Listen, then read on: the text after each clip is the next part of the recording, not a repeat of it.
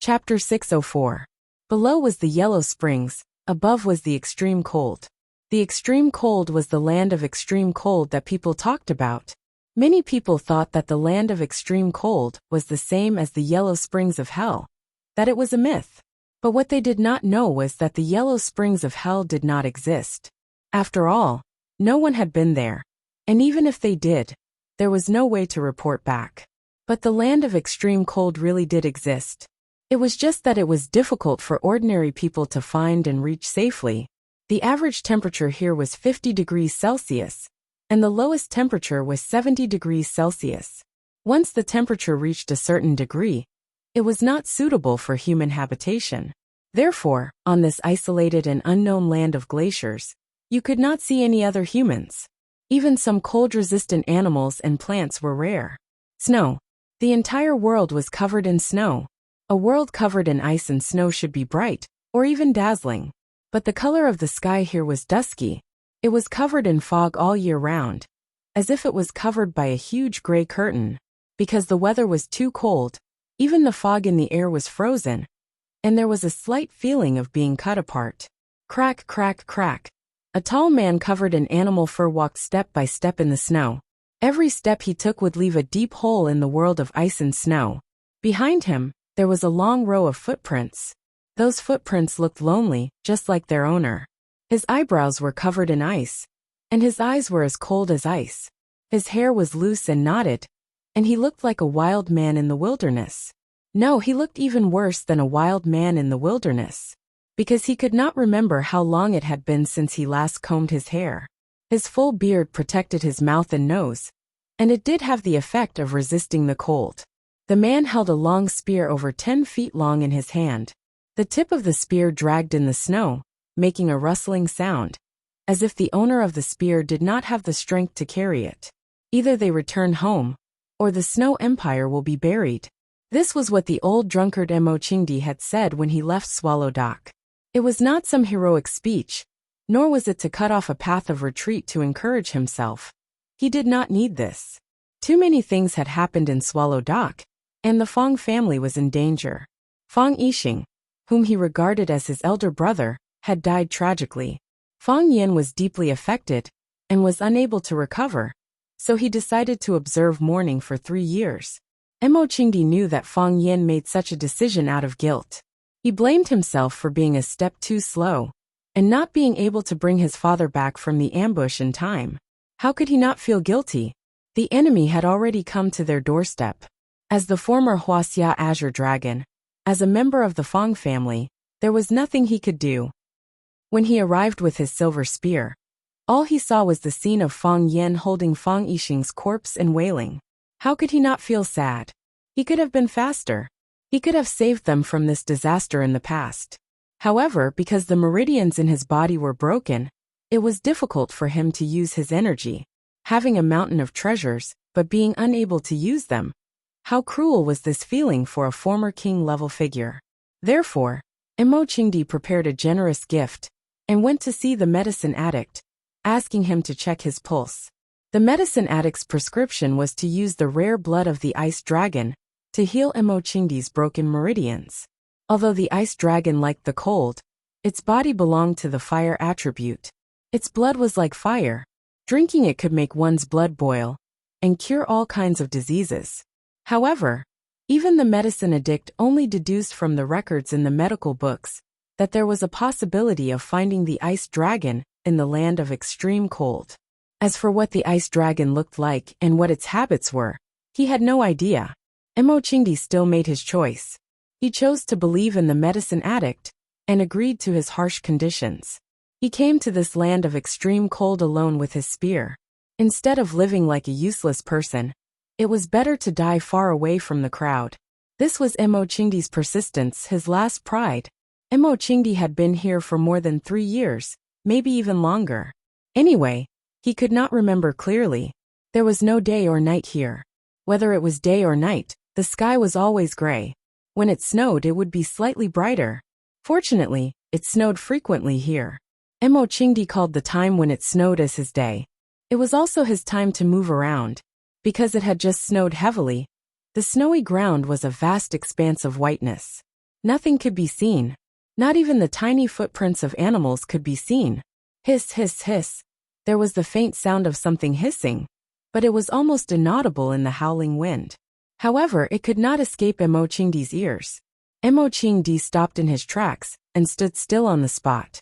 Just then, a snow-white object broke through the thick layer of snow and sprang up from the ground. It lunged towards Emo Qingdi's exposed palm and bit at it. A flame rat. A rat that had mutated in an extremely harsh environment. Their black fur had turned red, and their black skin had turned white. They looked very cute.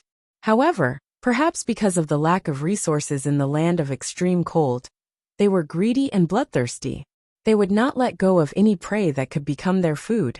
They did not like to live in the ice and snow, but in the volcanic areas of the land of extreme cold. It was a volcano, also covered in ice and snow, but at least the rocks and soil there could give them some warmth. For a long time, Emo Qingdi survived by eating this kind of flame rat. Later, Emo Qingdi discovered a kind of snow snake. After it was frozen, it was cut with a knife, and its meat was even more delicious and tender. Humans needed something to eat. Even if you were Huaxia, the Azure Dragon was no exception. Emo Qingdi was no stranger to this kind of rat. He had countless experiences in dealing with this kind of flame rat. Therefore, when the flame rat jumped up and bit his arm, he suddenly let go of the gun in his hand. Then, with a flip of his wrist, the flame rat that weighed 1 kilogram was caught in the palm of his hand. He gently pressed down with his thumb, and the flame rat's neck gave off a crisp sound before it was broken by him. With practiced movements, Emo Qingdi tossed the mouse into the mixed grain sack that he always carried with him. Then, with a flick of his foot, the handle of the spear that was about to fall into the snow flew up into the air and was caught by Emo Qingdi in his hand. Just like before, he dragged the spear forward again. Thirsty to drink snow water, hungry to eat snow snakes and flame rats, trapped in an ice cave, he lived on with determination. Day after day, year after year. This was the state of his daily life. He did not know what the ice dragon looked like, and he did not know where the ice dragon was. Therefore, the only thing he could do was to search. Like a lonely ghost in this land of extreme coldness, he walked through all the places that he had not been to before. Rumble! A thunderous sound came from afar. Emo Qingdi's expression froze. He stood still and looked into the distance.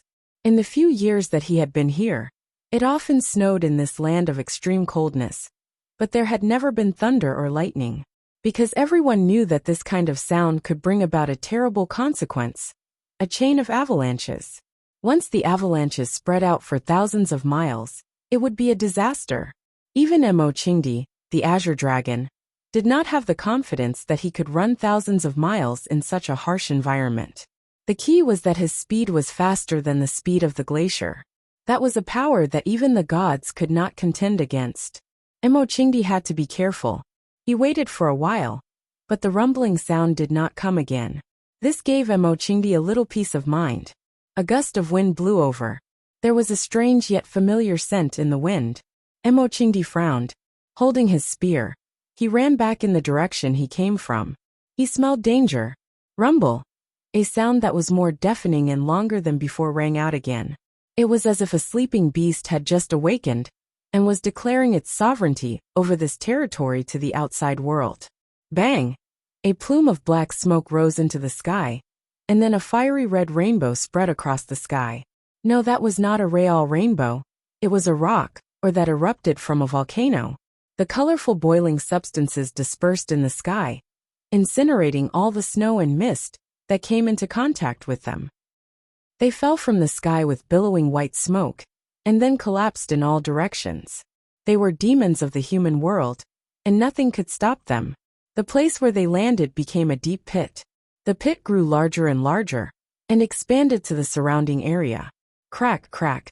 The sound of ice breaking came from the high mountains, and then large chunks of ice and snow rolled down towards the flat tundra. With the force of Mount Tai, they were about to destroy all living things that stood in their way. Emo Qingdi smelled the sulfur in the air in advance, so he ran in time, and at the most crucial moment. Based on the area he was in, if he did not turn and run in advance, he might have been swallowed by the volcanic rocks that fell from the sky. Mo Qingdi ran very boldly, running with all his might. He ran like a wild beast with disheveled hair. Of course, there would be beasts who would not accept that he was a wild beast. This was because while he was madly running, a snow-white dog-like object actually surpassed his speed. It opened its mouth and stuck out its tongue as it ran in front of him with a whizzing sound. An ice dragon? Mo Qingdi's eyes brightened, and the pores on his body became transparent. Although he had never seen a real ice dragon, not even a picture of one, he knew in his heart that this was the ice dragon he had been searching for. All his efforts seemed to have paid off. Even at this critical moment of life and death, Mo Qingdi was still grateful to the heavens. Chapter 605. The greatest torment in life was despair. He searched day and night. He walked through every corner of this land of extreme coldness. Every step he took could circle around Yanjing City countless times. However, he had never seen an ice dragon before. In fact, he didn't even find any clues related to it. At this time, Mo Qingdi's heart began to waver. Was there an ice dragon? If not, what was the point of persisting? But if he didn't persist, what would he do? Would he go back with this broken body and witness the decline of the Fong family? Or would he die with them? The Fong family needed a man to stand up. If it wasn't Fong Yan, it would be him. If Fong Yan wasn't ready, then he would have to stand up for him for a while or a lifetime. If he wasn't ready, all the burden would be on Fong Yan alone. Most importantly, some of the hatred started because of him. If he couldn't stand up again, what would he do if they saw Fong Yan as a target for revenge? According to the extraordinary medical record, it was shaped like a dragon and had horns like ice. In other words, it should be a little transparent dragon. Why did the ice dragon he saw now look like a dog? A small transparent dog with a sharp horn and a tongue sticking out as it ran for its life? Just as Mo Qingdi was looking at the little transparent dog with excitement, the little transparent dog even turned around to look at Mo Qingdi. There was a hint of mockery in its eyes. Mo Qingdi's expression froze. What was it trying to say? Was it trying to tell him that he couldn't run as fast as a dog? Kacha kacha! The sound of the avalanche was endless. The entire glacial land was rumbling and shaking. The mountains were collapsing, and the earth was cracking. It was as if the world was about to collapse. Mo Qingdi ran even faster. The ice dragon that had been leading the way also sped up. Clang, clang, clang. This was the sound of Mo Qingdi's big feet stomping on the snow. Every step he took seemed like he was going to make a big hole in the ground. Swoosh, swoosh, swoosh. The little transparent dog landed without a sound. Its body seemed to be one with the snow. Every time she leapt, she would draw a beautiful arc in the air before landing nimbly a few meters away. It didn't look like it was running. It looked like the wind was pushing it forward. Its speed far surpassed Mo Qingdi, so it was no wonder that it looked down on Mo Qingdi. A man and a beast. The beast was leading the way while the man followed closely behind. Mo Qingdi suddenly realized that he and this ice dragon had become a pair of brothers in hardship.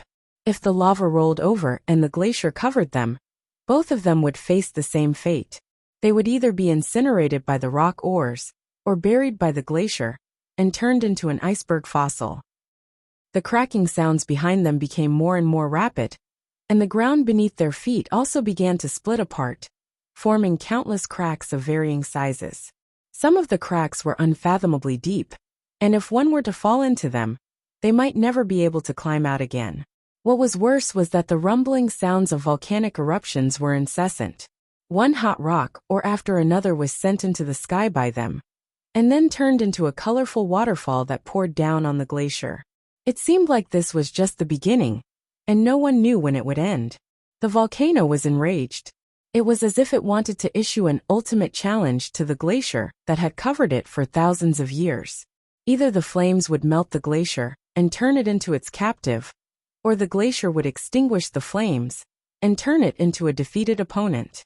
However, whether it was the flames or the glacier, Mo Qingdi and the transparent dog running in front of him could not contend against them. Sometimes, the saying man can conquer nature seemed like a joke. The glacier beneath their feet was cracking faster and faster, and the cracking sounds were incessant. Mo Qingdi could already feel the rolling heat waves behind him. It was the hot magma, that was sent here by the cold wind ahead of time. Mo Qingdi knew that he had to make a change. They couldn't outrun the speed of the glacier's collapse, and they couldn't outrun the lava. They were humans, and their physical strength would soon be exhausted. Especially with Mo Qingdi's current physical condition, he couldn't hold on for too long. He had to make a change. But how? Behind him was the collapsing glacier and boiling lava. And in front of him was an endless expanse of ice and snow. Where could he run to? Just as Mo Qingdi was making a difficult decision in his heart, the transparent dog running in front of him suddenly changed direction. Left. Mo Qingdi hesitated for a moment, then followed closely behind it and turned left. Although Mo Qingdi had lived in this extremely cold place for many years, he was not familiar with the terrain at all. There was no way to familiarize himself with it. There was no map to check, no navigation to use. There were only mountains and hills, and the whole world was covered in snow. No one knew what was hidden under the snow. Mo Qingdi didn't know the way, but he knew that Ice Dragon must be familiar with the terrain. Ice Dragon was a long-lived species. With its current size and running speed, Mo Qingdi suspected that it had lived for at least a few decades, or even 100 years. It could be considered a native of this glacier, and Mo Qingdi was just an intruder. Perhaps Ice Dragon could help Mo Qingdi through this life and death situation. As Mo Qingdi thought of this, he spread out his body and followed closely behind Ice Dragon. In order not to slow down, he even threw away the spear in his hand. Mo Qingdi made an inviting gesture, indicating that Ice Dragon should enjoy the food he gave him. Ice Dragon glanced at the flame rat thrown by Mo Qingdi, then turned around and walked into the depths of the cave. Not long after, it once again ran in front of Mo Qingdi. Slap! It threw the thing in its mouth in front of Mo Qingdi. Mo Qingdi looked at it and was instantly shocked. 9-petal snow lotus. This kind of snow lotus has 9 petals, and it takes 3 years for each petal to grow. Moreover, this kind of 9-petal snow lotus can only grow in extremely cold places. It can't exist in other places. As Mo Qingdi stared at the snow lotus with his mouth wide open, Ice Dragon once again turned around and ran into the cave. Slap! Another object was thrown in front of Mo Qingdi. Baby ginseng. This kind of mountain ginseng was shaped like a child, hence its name. It was said that it could only be found under the icebergs in extremely cold places. But the icebergs were covered with layers of ice.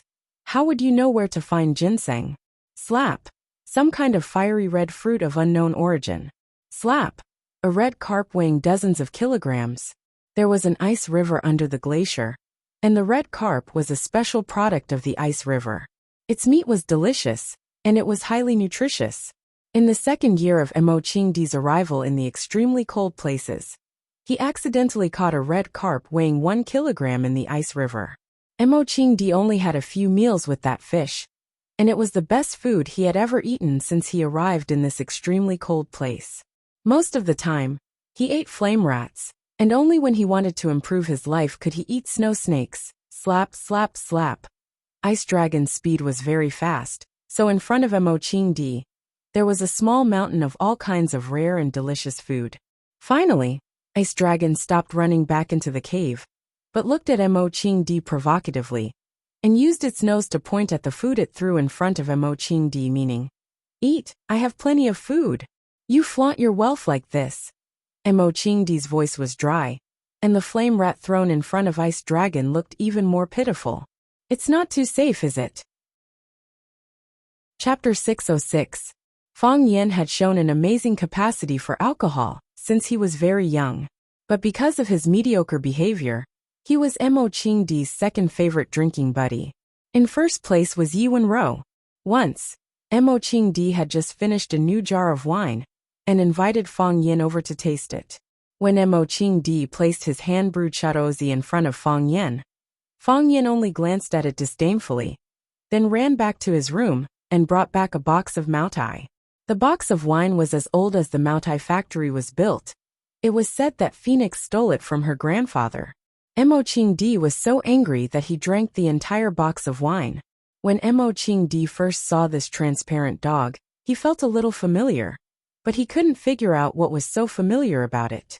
He thought it was a subconscious feeling, that this was the ice dragon that he had to find in his destiny. He saw the disdainful look in the transparent dog's eyes when it saw the flame rat, and the triumphant look when it crazily moved its treasures in front of him for him to enjoy. It was exactly the same face as Fang Yan when he was young. From their expressions to their actions, this transparent dog was practically a miniature version of Fang Yan, and they were equally shameless.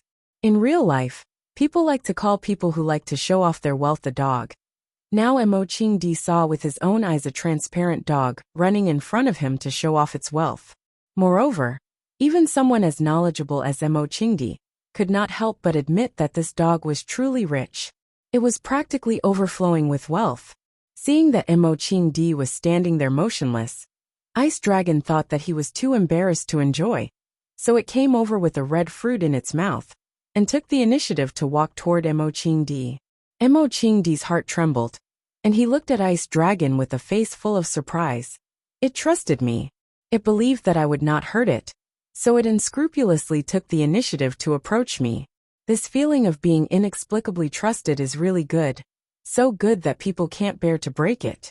Mo Qingdi held out his hand, and Ice Dragon put the fruit in its mouth into Mo Qingdi's palm, then raised its head and looked at him expectantly. Mo Qingdi grabbed a handful of snow and wiped the fruit, washing away Ice Dragon's saliva, and then took a bite of the red fruit. Crunch, crisp, sweet and juicy. This was the tastiest fruit Mo Qingdi had ever eaten.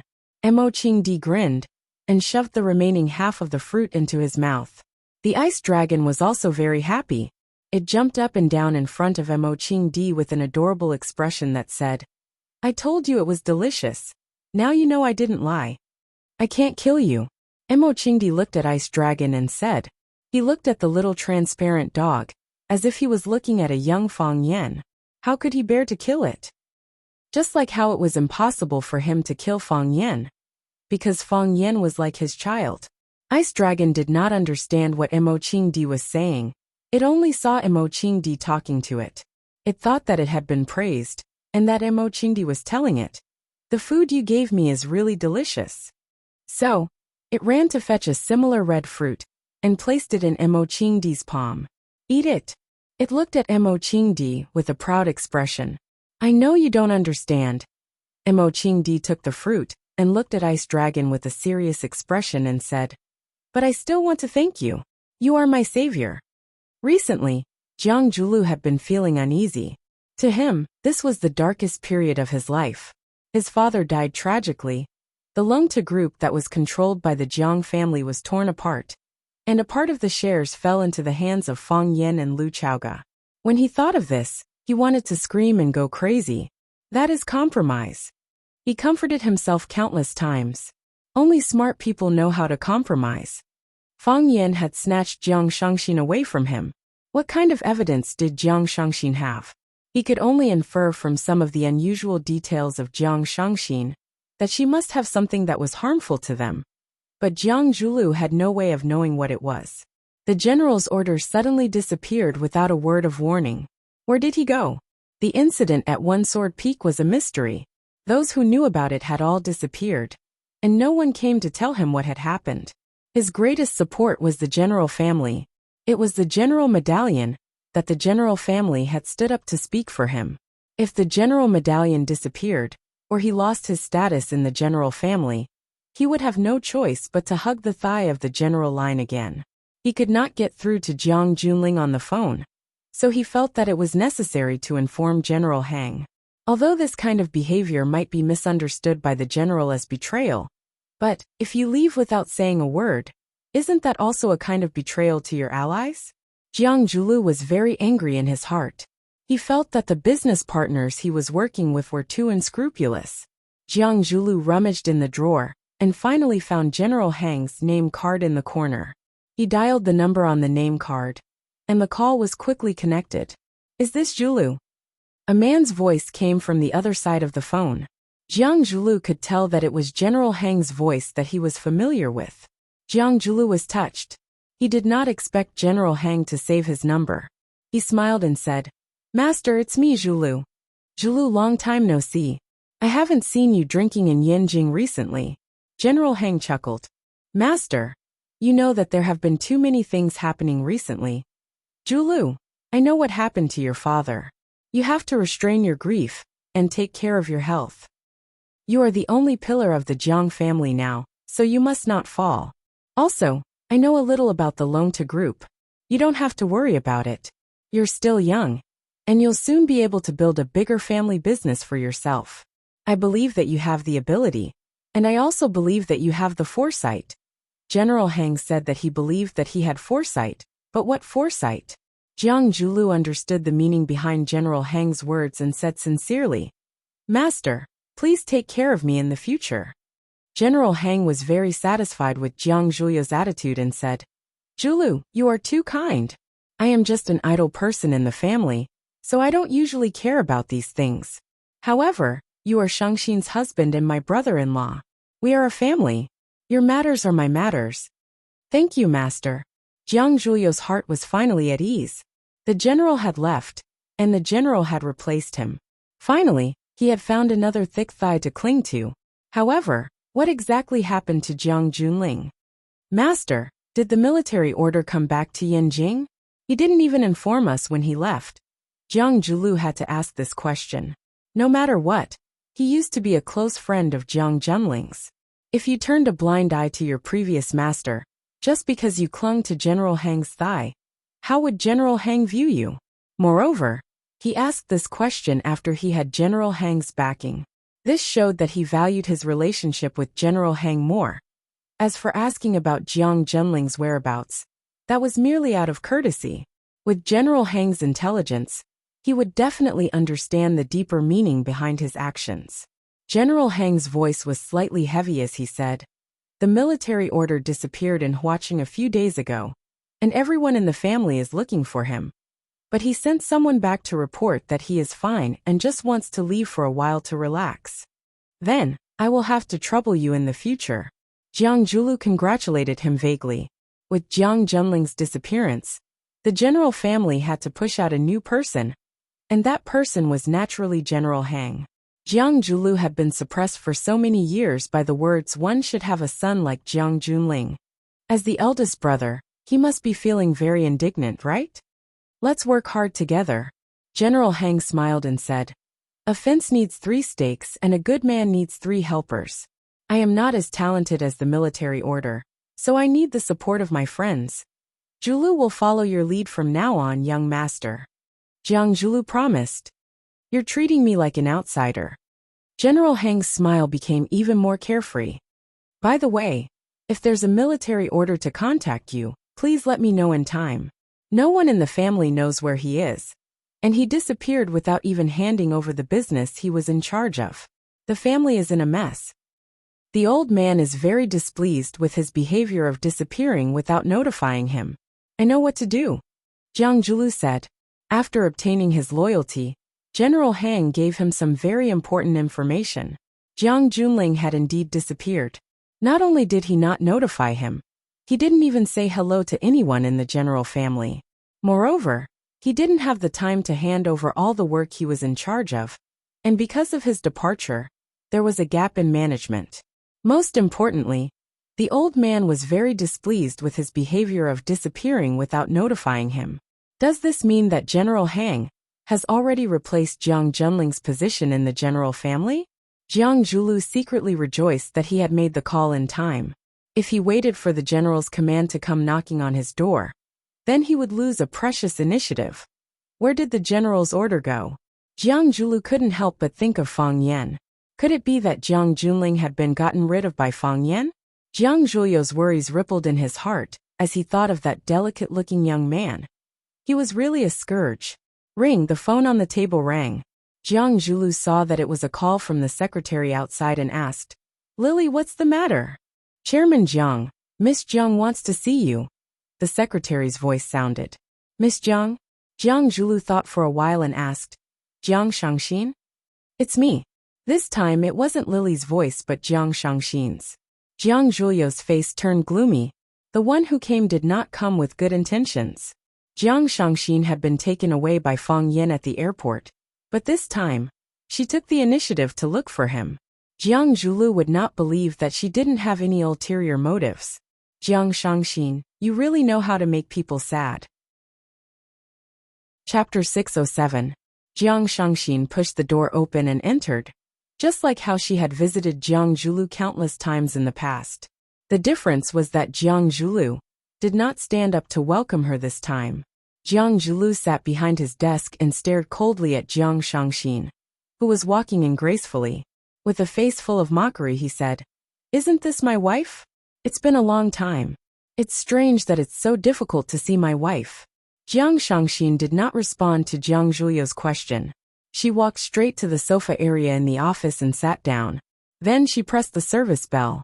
The secretary, Lily, pushed the door open and asked, "Chairman Jiang, what can I do for you?" Jiang Zhulu waved his hands and gestured for Lily to leave. Jiang Shangxin said, "Bring me a cup of coffee. You know my taste." "Okay, Miss Jiang." The secretary knew that there was a conflict between the chairman and Jiang Shangxin, but she did not know the extent of it. In her opinion, wasn't it normal for a married couple to quarrel? As for the chairman's wife's request, she naturally had to do her best to satisfy it. The secretary left and quickly brought in a cup of freshly ground Americano black coffee, with a spoonful of milk and half a spoonful of sugar. This was Jiang Shangxin's usual taste. Jiang Shangxin took the black coffee and took a deep breath. She smiled and said, "Thank you, Lily. You know me better than a man. Miss Jiang, you are too polite."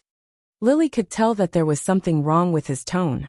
She looked at Jiang Zhulu with an aggrieved expression and left hurriedly. Jiang Zhulu leaned against the back of the chair and looked at Jiang Shangxin, who was sitting a distance away, enjoying the coffee. He said, "You left in a hurry the last time, but you came back openly this time. I was still waiting for the news that you were safe after landing in Paris. In the end, you ran away with another man. I don't know where you went. What do you want to say this time? Lay all your cards on the table? Prepare to divorce me?" Jiang Shangxin took a small sip of her coffee and said, "I ran away in a hurry the other time because there was a mad dog chasing after me. It was still bearable to let him bite my finger, but if I were to get bitten on my throat, I might not be able to keep my life. How could I not run away?" Jiang Zhulu laughed heartily. He stood up and walked toward the resting area where Jiang Shangxin was. He looked into her eyes and said, "A mad dog is still a mad dog. Aren't you afraid of getting your throat bitten off by a mad dog? That would depend on whether a mad dog is willing to eat it." "Why?" Jiang Zhulu stared at Jiang Shangxin's slender neck and said, "Did you smear poison on your neck? If there really is one, mad dog wouldn't mind trying." As Jiang Zhulu spoke, he had already sat down beside Jiang Shangxin and reached out to stroke her neck. Jiang Shangxin avoided his lecherous hands and said, "It's because I have the dog-beating stick. If a dog dares to bare its teeth at me, I'll hit it with a stick." Jiang Zhulu stopped what he was doing and stared at Jiang Shangxin with a burning gaze. "Is that so? I'm really curious. What kind of dog-beating stick is it? Take a guess." Jiang Zhulu sat up straight and crossed his arms in a businesslike manner. He said, "Jiang Shangxin, since you're here today, you're naturally not here to reminisce about old times with me. Tell me, what is your purpose for coming here? Are you scared? Are you anxious?" Jiang Shangxin looked at Jiang Zhulu and said, "Actually, it's nothing much. I'm just here to humiliate you." Jiang Zhulu was stunned for a moment. Then he laughed heartily. He looked at Jiang Shangxin and said, "This way of speaking is very familiar. It sounds like someone. Let me think, who is it? Are you talking about Fang Yan?" "Yes, Fang Yan." Jiang Zhulu smiled and nodded, saying, "His way of speaking is always so simple and direct. He doesn't hide anything and goes straight to the point, ruthlessly stabbing a person in the chest. No matter how much time has passed, every time I think about it, my heart will ache faintly. I didn't expect that after not seeing you for only a few days, you would learn some of his essence. That proves that I'm quite talented." Jiang Shangxin smiled and said, "Jiang Zhulu, you're so smart. You must have known that this day would come, right? What kind of day?" Jiang Zhulu wasn't afraid of Jiang Shangxin's threat and said, "I work in the president's office on the top floor of a building worth tens of billions of dollars.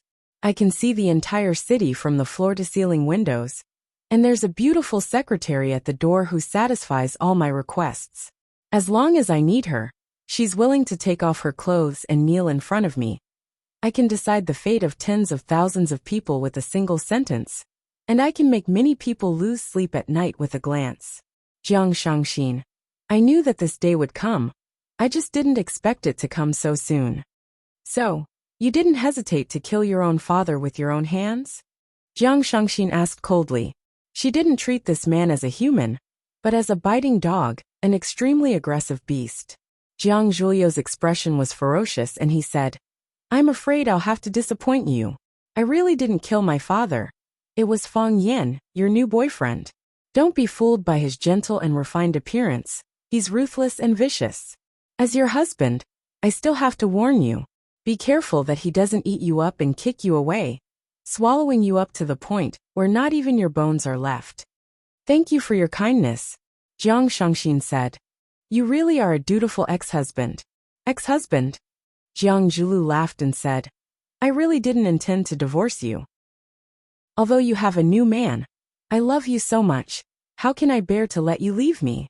Shangxin, do you know? You're my most precious asset now. No matter what happens, I want to be with you. Jiang Shangxin stirred the coffee in the cup with a steel spoon. After hearing what Jiang Zhulu said, she giggled and tucked her long hair behind her ear. She said, Jiang Zhulu, did you think that I came here today to lay all my cards on the table and divorce you?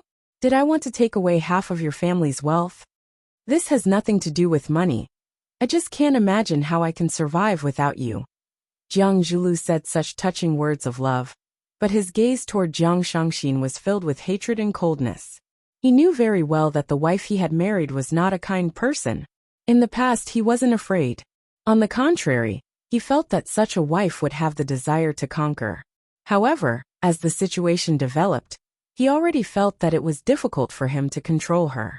The previous time when he sent her off at the airport, he had bitten one of her fingers. After that, she eloped with Fang Yan, which proved that she was clear about the situation she would face when she went to Paris. Now, she was back to take revenge. If that's what you think, then you're underestimating me. Jiang Shangxin chuckled and said, We are husband and wife. All of your assets belong to us. Although you don't have enough shares in the Longtu Group now, you will have more or less some. If you go to jail and go to the police station, won't all these shares fall into my hands? Divorce? How is that possible? Jiang Zhulu, when you are in danger, I will not leave you no matter what. Jiang Shangxin stared at Jiang Zhulu fiercely, and her voice was filled with endless hatred. She said, I will always be by your side. I will take away everything from you. I will make you have nothing. Why do you want to divorce? Even if you take away half of the assets after the divorce, you will still have the other half. I don't want to wait until you are released from prison to have a lot of money for you to squander. Jiang Zhulu, I hope that you die in prison. Even if you are released, I want you to become a beggar on the streets. You are a good husband, and I have to work hard to be a good wife. Are you satisfied with this? The premise of you saying all this is that I will go to prison. If I don't go to prison, everything will still be in my hands, and you will still not get anything. You can forget about taking away Longtu from me. It is also my duty to send you to prison. Jiang Shangxin said calmly. In that case, you already have evidence in your hands that can throw me into prison? Yes, Jiang Shangxin said. I think it is enough. If you have evidence, you can just hand it over to the police station. Is there a need to tell me all this? Jiang Zhuliu's face turned green, and he said, Moreover, I will transfer the assets that belong to me to my relatives. I will let you have everything. Your relatives? Transfer to who? Jiang Shangxin's face was full of disdain. She said, If you really treat them as your relatives, then don't harm them. If you give your assets to your mother, do you think they will let her off? Your father's death has already given her a fatal blow. If you give your shares to her, you will be forcing her to a dead end. However, I quite agree with you doing this, because you will realize that not only will you have nothing, but you will also have no relatives in this world. Jiang Shangxin. Jiang Zhulu shouted at Jiang Shangxin. He pressed Shangxin's palm down and said, sit down quietly. I have already said that I am here to humiliate you. The angrier you are, the more I feel satisfied. The more I feel, the better I feel. Jiang Zhuliu's eyes were bloodshot with violence. He stared at Jiang Shangxin with a stern expression and said, "You should know that I can make you disappear from this world directly. Tell me, if I push you down from this building and say that you jumped down yourself, do you think others will believe me?" Chapter 608. Miss, what do you think this is? Fang Yingying held a dollar coin in his hand and asked with a smile. Sir, please come down from my desk. Lily looked at him coldly, as if she was looking at an idiot. Don't be so stingy. I'm your boss's bodyguard, and you're your boss's secretary. They're a couple. We might be able to develop a relationship. But unfortunately, I already have a girl I like. So we can only be ordinary friends. Fang Yingying sat on Lily's desk and said with a cheeky smile. Lily rolled her eyes and said, Sir, please don't disturb my work. Otherwise, I'll call the security guards to kick you out. Have you considered the mood of your lady boss before you do this? Or do you want to replace your lady boss as the new lady boss? You. Okay, I'm just joking. Come watch carefully, I'll show you a magic trick. After you see my magic trick, you won't want to see anyone else perform magic anymore. As Fang Yingying spoke, he suddenly threw the coin in his hand into the sky. Clank, he stretched out his hand and grabbed the coin. Now, it's time to witness a miracle. Fang Yingying's hand that was holding the coin clenched into a fist. Lily's eyes couldn't help but be attracted to Fang Yingying's performance. Come, blow on my fist. Fang Yingying brought his fist in front of Lily. Lily sneered and moved her head away from the fleshy fist. I'll do it myself.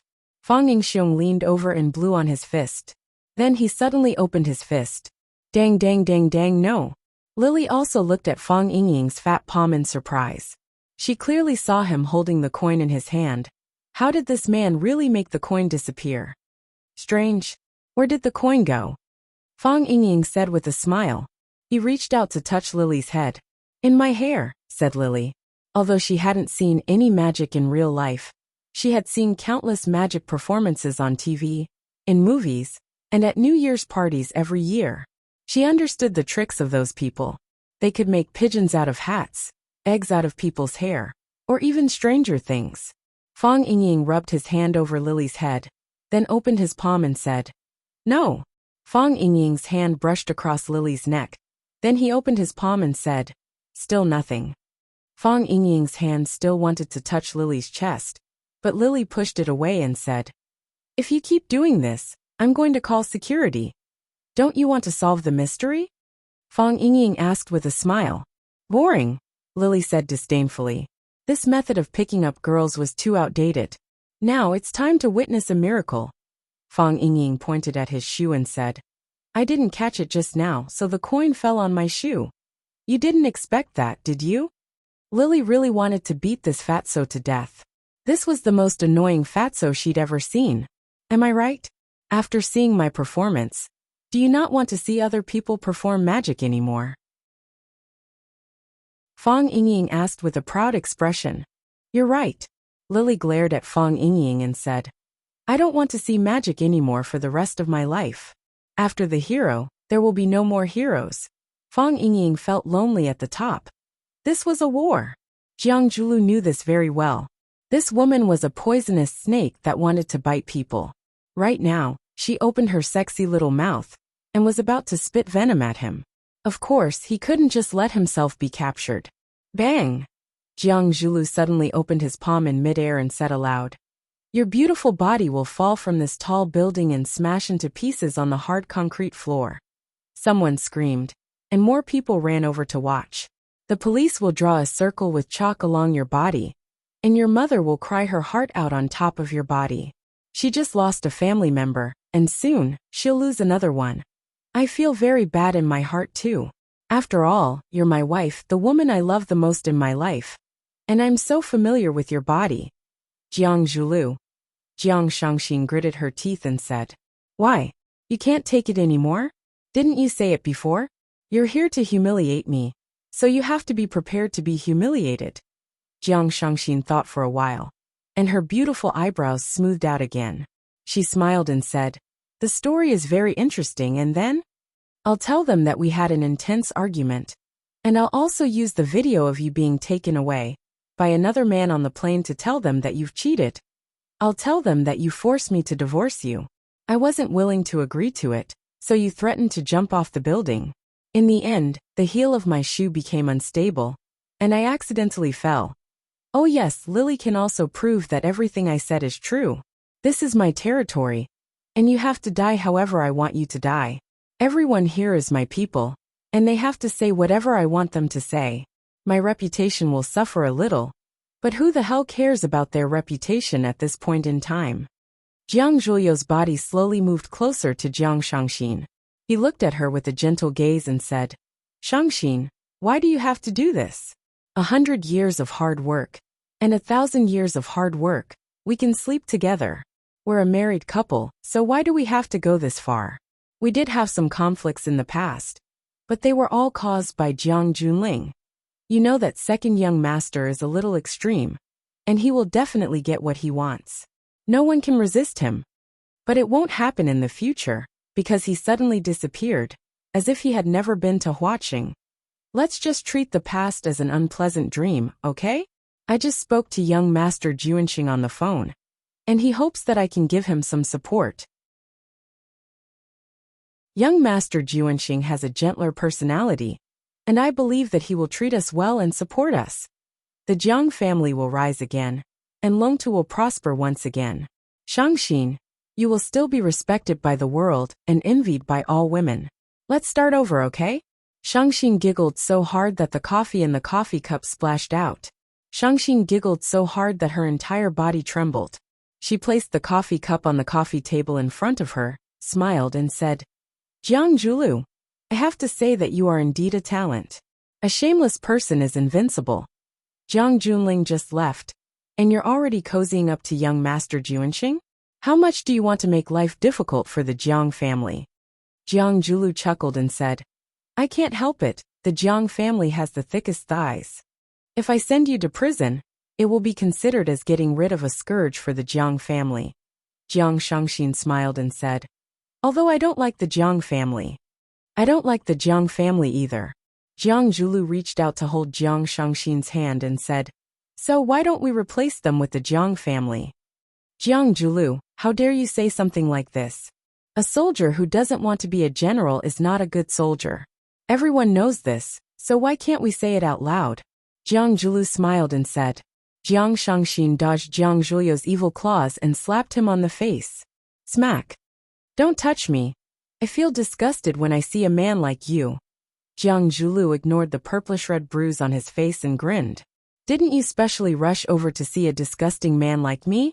No, I wanted to witness something. What is it? Witness you being arrested by the police. Jiang Zhulu stared at Jiang Shangxin with a sharp gaze and said, did you bring the police here? Of course. Clang.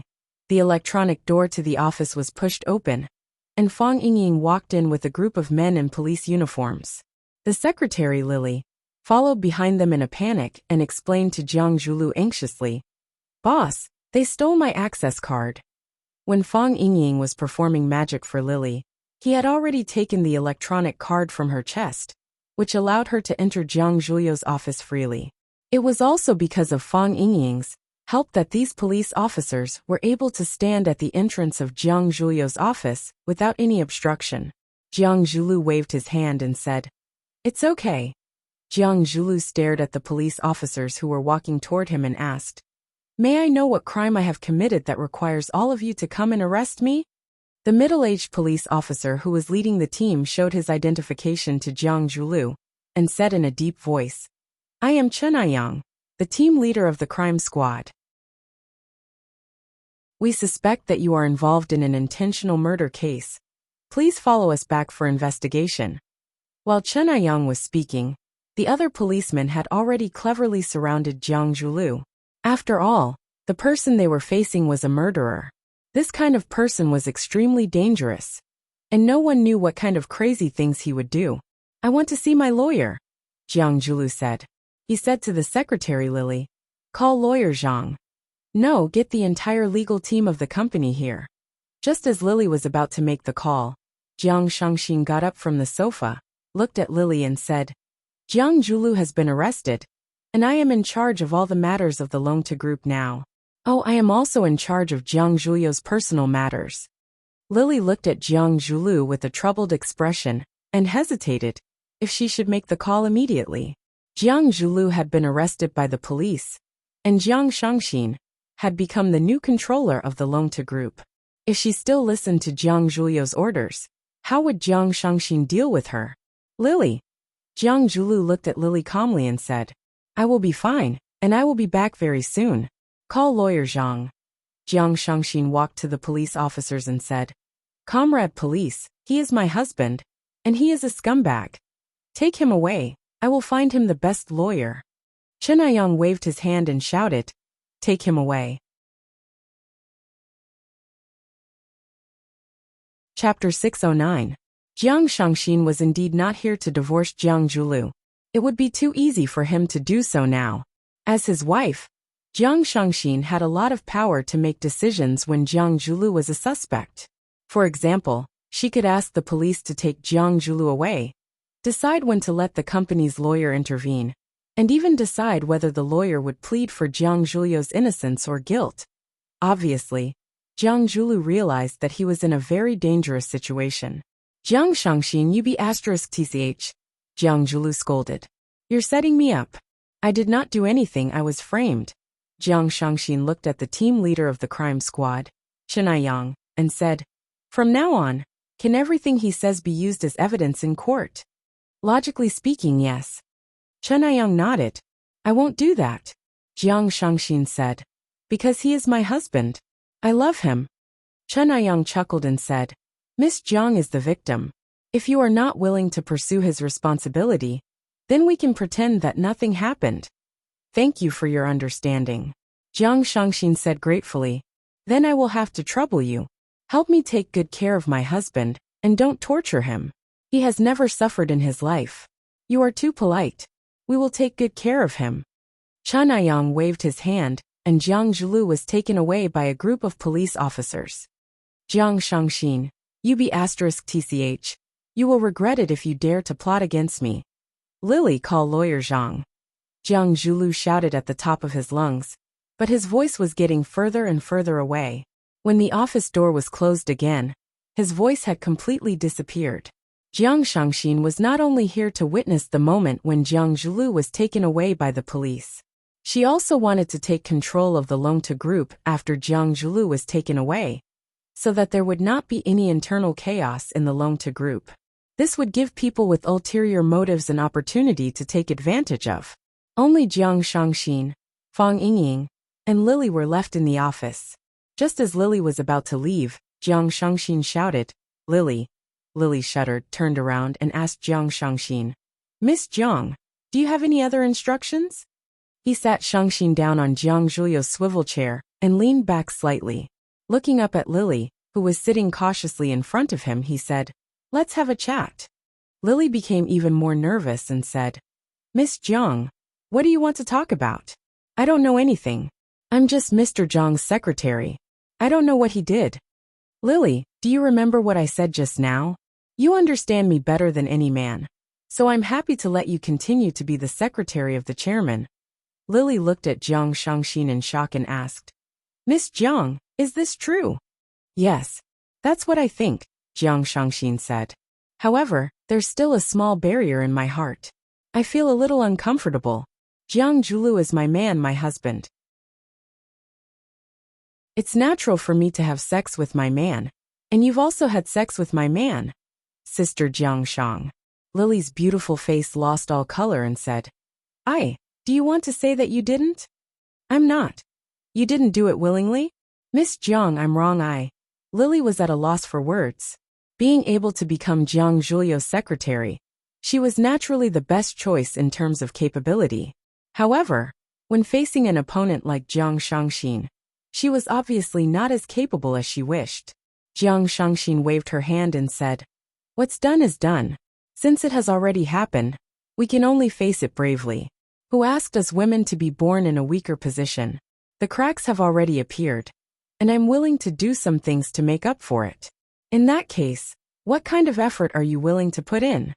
Lily clenched her teeth. After hesitating for a while, she said, I have a name list here. It's a list of the higher-ups in Longta Group, who are usually close to Mr. Jiang. Jiang Shangxin nodded her head in satisfaction and said, Lily, go and pour me another cup of coffee. The workload today is a little heavy. Yes, Miss Jiang. Lily replied, and walked out quickly to execute Jiang Shangxin's orders. From this moment onwards, she had changed her identity to become Jiang Shangxin's female secretary. Jiang Shangxin then shifted her gaze to Fang Yingying's face and said, Hero. Fang Yingying was shocked and said, Miss Jiang, I have never slept with your husband.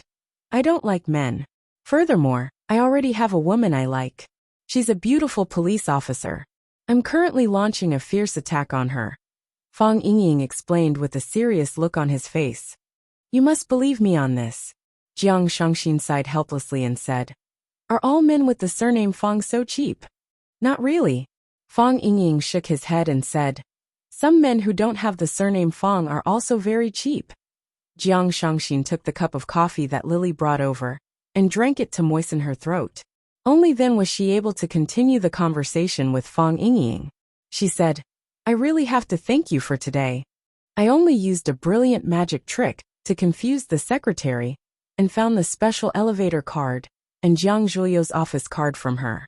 Actually, I wasn't of much help, Fang Yingying said humbly. I still have to thank you. Jiang Shangxin stood up. She was very clear about the relationship between Fang Yingying and Fang Yan.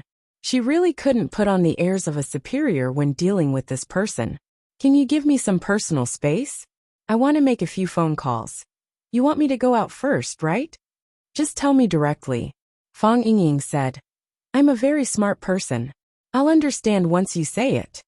After Fang Yingying walked out, Jiang Shangxin took out her cell phone from her bag and dialed a familiar number. The call was picked up very quickly. Jiang Shangxin said in a sweet voice, The matter has been settled. Jiang Zhulu has been taken away by Officer Chun from the crime squad. What instructions do you have? Take control of Longtu. A man's voice came from the other end of the line. Longtu Group is so big and complicated. I'm afraid I can't do it. Jiang Shangxin said timidly. A man's teasing laughter came from the other end of the line. He said, Are you sure you can't do it? If you really think that you're not capable, then I'll get someone else to do it. I believe that Chaoga can do it well. You're so annoying. Jiang Shangxin said coquettishly. I'm just saying. Can't you encourage me? With the shares in my hands, and the shares that you can control now, we have enough power to speak in Longta Group. What's left is to kick out the other unimportant people. Can you do it? I'll work hard. Jiang Shangxin said. Not work hard. You must do it. The man's voice became stern. He said, I know it's difficult. You have to face the Lan family and the Jiang family. You can only choose between the Jiang family and me. If you can't do it, I'll choose someone who can. Yes, I'll definitely do it. Jiang Shangxin clenched her teeth and said, I believe you. The man's voice became gentle again. It's not too late to quit now. I don't like to force others. I don't like to put others in a dilemma. That kind of feeling, it's really not good. I can't quit, Jiang Shangxin said, because I know that this is my best chance. Good luck. The man said, When are you coming back? When can I see you? Everything depends on fate. The man said. The call had been hung up. She could only hear the busy tone. Jiang Shangxin held her phone in a daze. She thought that the most important thing for her now was to control the overall situation. She pressed the phone and said, Lily, ask Lawyer Zhang to come and see me. Everything depends on fate. Tianjizi was busy cutting the dried herbs into small neat pieces. He answered without turning his head. What kind of person is fated destiny? Fang Yin said impatiently. Where does he live? I'll go and ask him when he's going to give me the Tai Chi painting. It's not the right time yet. Tianjizi said. Am I the dragon soul guardian that you've chosen? Yes. Tianjizi replied. One of them. You said that you'll give me the Tai Chi painting, as long as I achieve the heart of 3 treasures. Fang Yin said. I said that you'll have the chance to become my disciple when you achieve the heart of 3 treasures. Tianjizi said. Aren't you guys lying? Fang Yin said angrily. It's like you tricked someone to spend 1 million on a lottery ticket, but the first prize is a bicycle. Tianjizi waved the medicine knife in his hand and slashed at Fang Yan's head. He shouted, "Who are you calling a bicycle?" Fang Yan cleverly dodged the attack and said, "Old man, don't be angry. I just want to reason with you. You've kept me in suspense, but you're not willing to take it out for me to see. I still don't know if there's such a thing as the Tai Chi painting. The Tai Chi painting isn't with me." Tianjizi said. Fang Yan opened his eyes wide and asked, "Where is it?" "Where it should be. Do you know what I don't like the most about you quacks? You're always rambling on and on. Things that can be explained in a single sentence, but you're making it so confusing. Where exactly is it?" Tianjizi put down the hatchet and took the towel from Fang Yan to wipe his hands. Then, he took the teacup from Fang Yan and took a sip of tea. Then he said, "Are you really ready to accept the Tai Chi painting and take on the responsibility of protecting the dragon soul?" "I'm not ready yet," Fang Yan said. "I just want to check the goods first, to see what the Tai Chi painting is."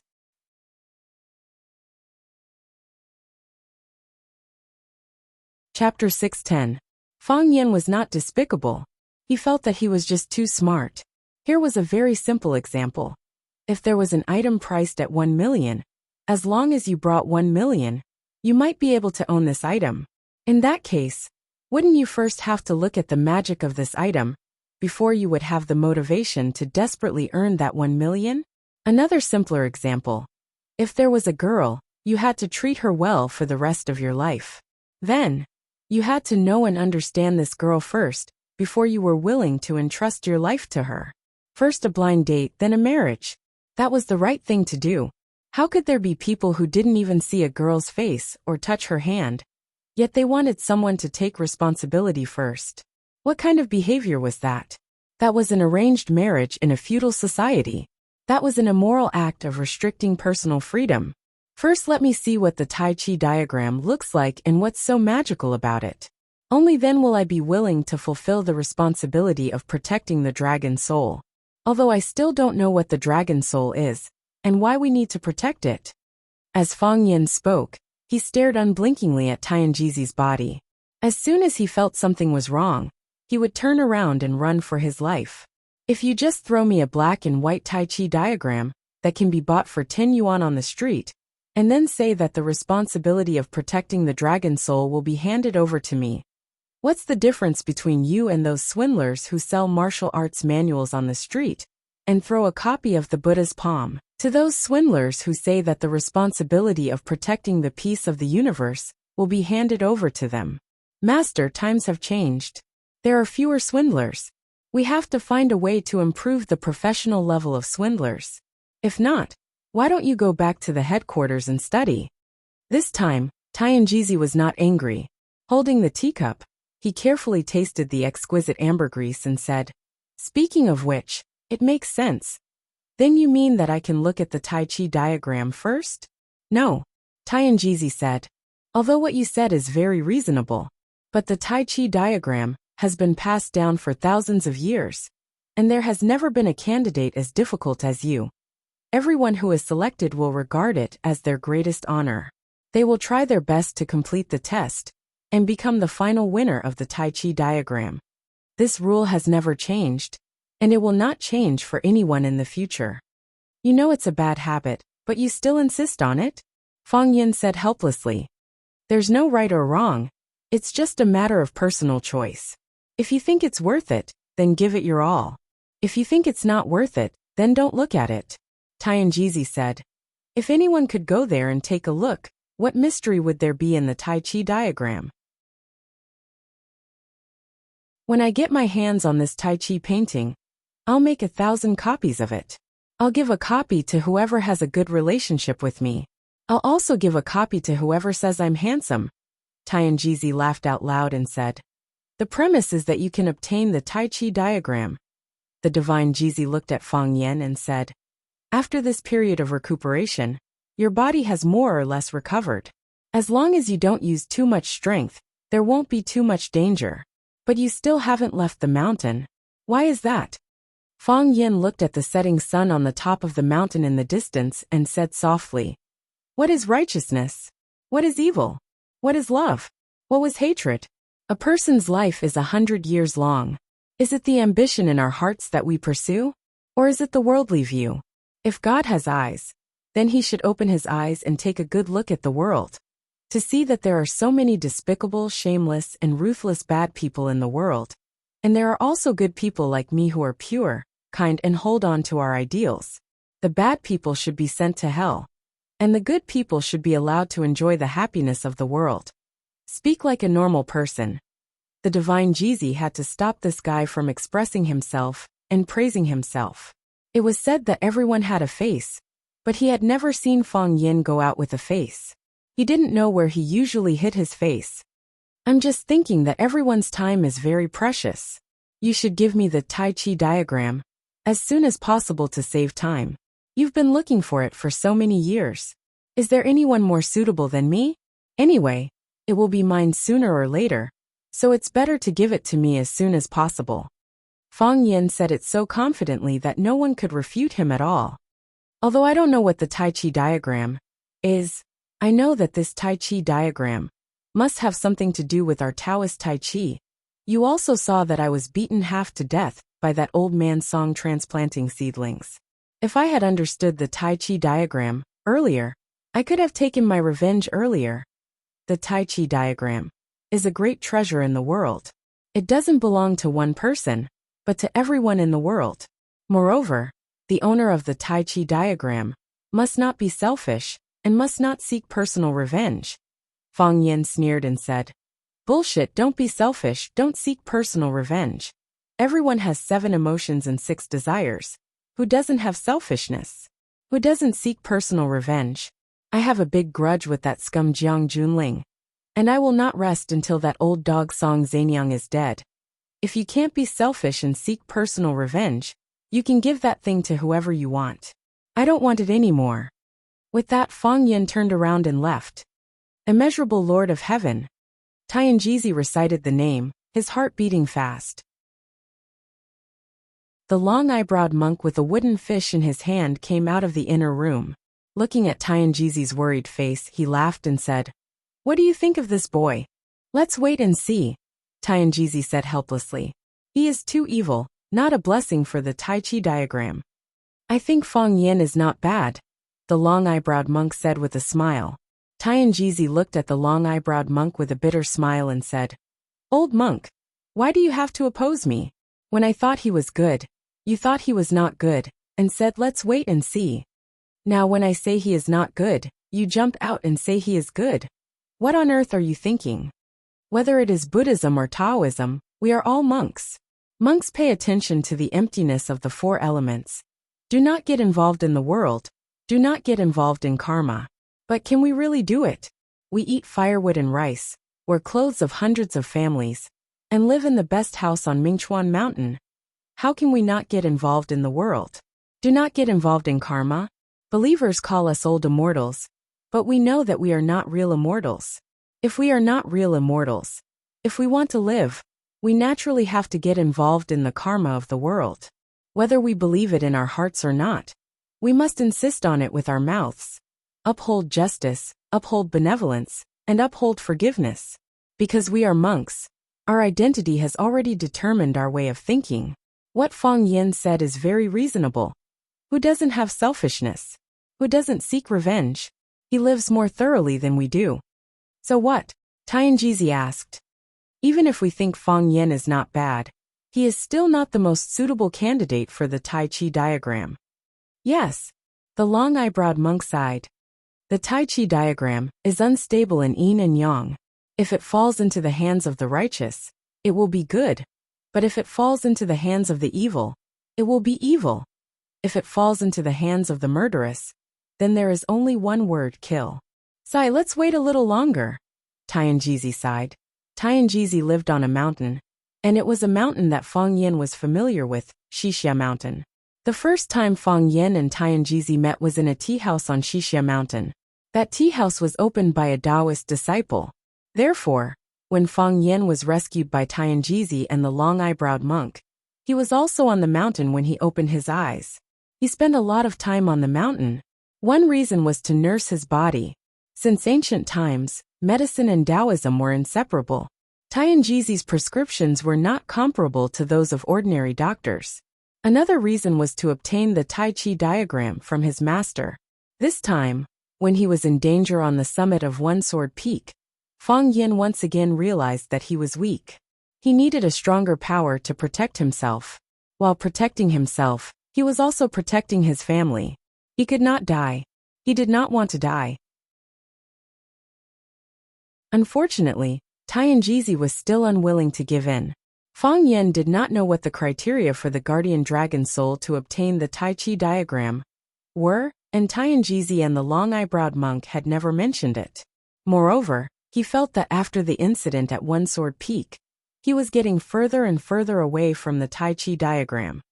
Previously, Tianjizi and the long-eyebrowed monk had fooled him by saying that as long as he achieved the Heart of Three Treasures, he could get, the opportunity to become Tianjizi's disciple.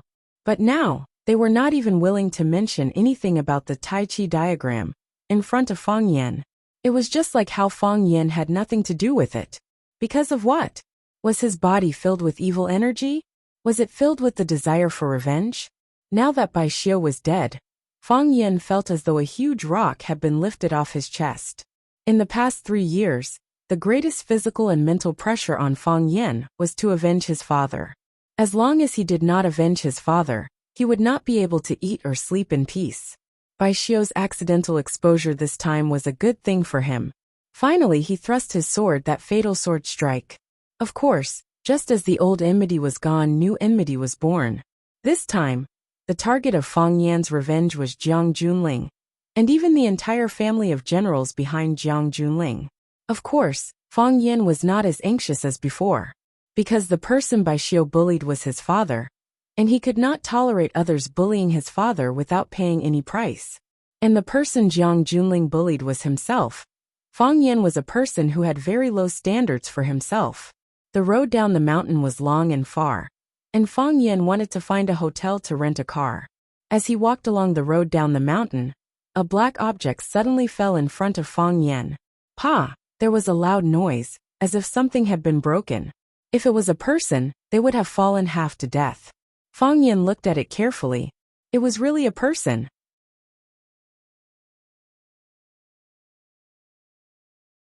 Chapter 611. The black object was a person. Its limbs were curled up like a poisonous snake with its tail coiled up. It was a woman. Her body was tied up by a strange method. Although there was no rope on her body could only curl into a ball and couldn't move. Her left hand was holding her right leg, and her right hand was hugging her waist. It looked like an extremely rare and difficult yoga pose. If the body didn't have a certain degree of flexibility, it would have probably twisted a person to death. Although she could not move her body, her eyes were still turning, her gaze filled with malice as she stared viciously at Dou Yin standing in front of her. It looked like she could pounce and bite him at any time. Bang! A young man in gray sportswear jumped down from the hillside. He walked to Fang Yin, but didn't say anything. He just stared at Fang Yin with his bloodshot brown eyes. Fang Yin grinned and explained with a bit of guilt. Something happened at the time. I was surrounded by a group of powerful people. I even called out your name. Unfortunately, you might have run into some trouble at the time. Later, I fainted from exhaustion and was saved. When I woke up, I was worried about your safety, but I didn't know where to find you. It's good to see that you're fine now. The Snake Lord looked at Fang Yin in surprise and said, You don't blame me? Blame you for what? Fang Yin asked in return. Aren't you afraid that I'll betray you? The Snake Lord stared at Fang Yin with a burning gaze. Fang Yin looked at the Snake Lord seriously and said, When I was about to go down the mountain, I found that you were gone, and the enemies appeared one after another. At the time I did suspect you. I thought that you were in cahoots with them. You worked together to set up this sure kill trap in order to kill me. If I died, wouldn't you be able to get the snake's eye in my hands? You are a Snake Lord, so you naturally have your own pride. You don't want to be controlled by others, so you want to regain control of your own fate. This is very normal. Since you suspect me, have you ever thought of crushing my snake eye? The Snake Lord asked. He and Fang Yin had known each other for many years. He was familiar with Fang Yin, and even understood Fang Yan. He knew that he wasn't a man who was stuck in a corner, and he wasn't a man who couldn't bear to be ruthless. If someone angered him, he would do something that that person would regret for the rest of his life. I've thought about it, Fang Yan answered honestly. After I woke up, I did think about crushing your snake's eye. I even took it out and looked at it a few times. I have to say, your eyes don't look good. Especially your eyes at this time. Seeing Snake Lord's increasingly confused eyes, Fang Yan said with a smile. But what if I've wronged you? What if I'm wrong? You care about my life? The Snake Lord's throat squirmed as he asked in disbelief. I'm not a murderous demon. Why would I not care about your life and death? You also know that I've never taken the initiative to hurt anyone since I was young. You're also a living being. If I crush your snake's eye because of my own guesses and delusions, then what's the difference between me and those murderous demons? The Snake Lord's eyes were moist, and he remained silent for a long time. What kind of F***ed-up society was this? The sister he brought out from the orphanage, the sister he depended on for survival, the sister he didn't hesitate to become a slave for, the only family he had left in this world, the person he had been painstakingly searching for. They finally met, but what awaited them was her betrayal. She poisoned him, using the method she was best at. The only hope in his life turned into despair, and the only lighthouse led him into hell and death. He felt that he would rather die than live. However, contrary to all of this, the person he wanted to kill in the past, the person he made a slave in order to save his sister, the person he wanted to escape from the control of every moment, the person who controlled his life and death, the person who controlled his fate, the person who held the snake eye in his hand.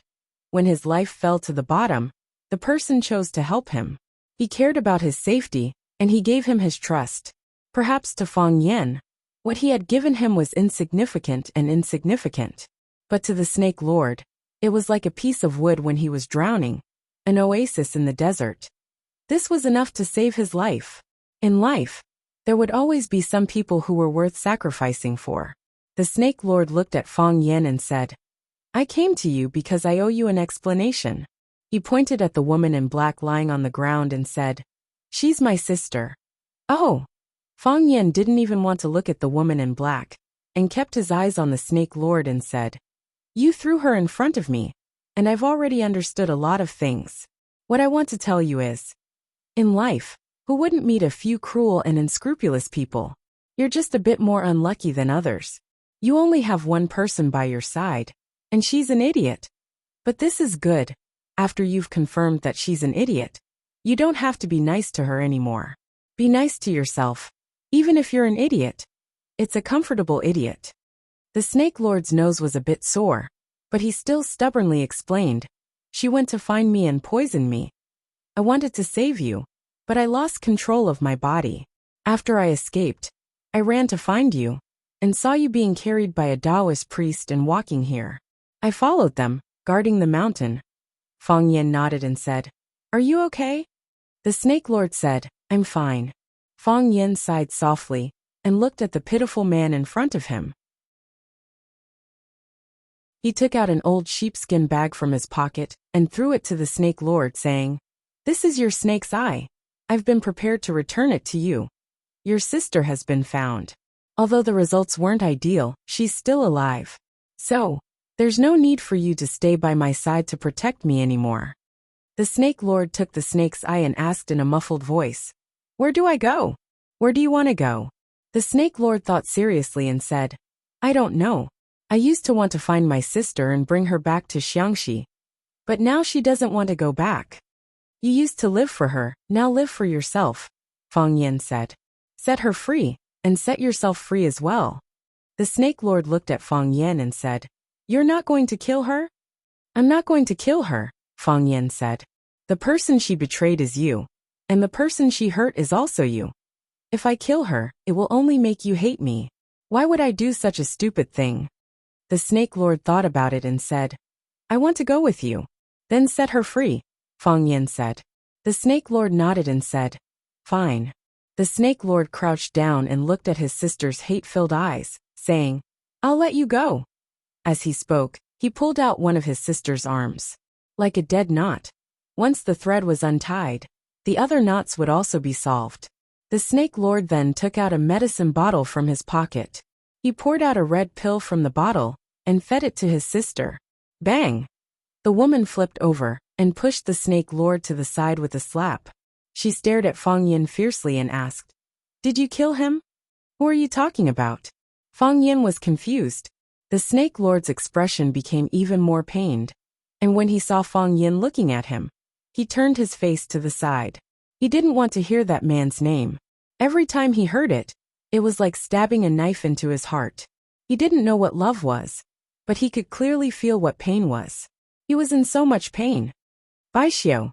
You killed Bai Xiao, didn't you? You killed Bai Xiao? The woman's eyes turned blood red, and her body made cracking sounds. Every part of her body could move freely. The Snake Lord looked at her and said, "Go." The woman didn't care about the Snake Lord's words at all. She didn't even turn around to look at him. She stared at Fang Yin without blinking. Her body was bent, and her head was tilted forward.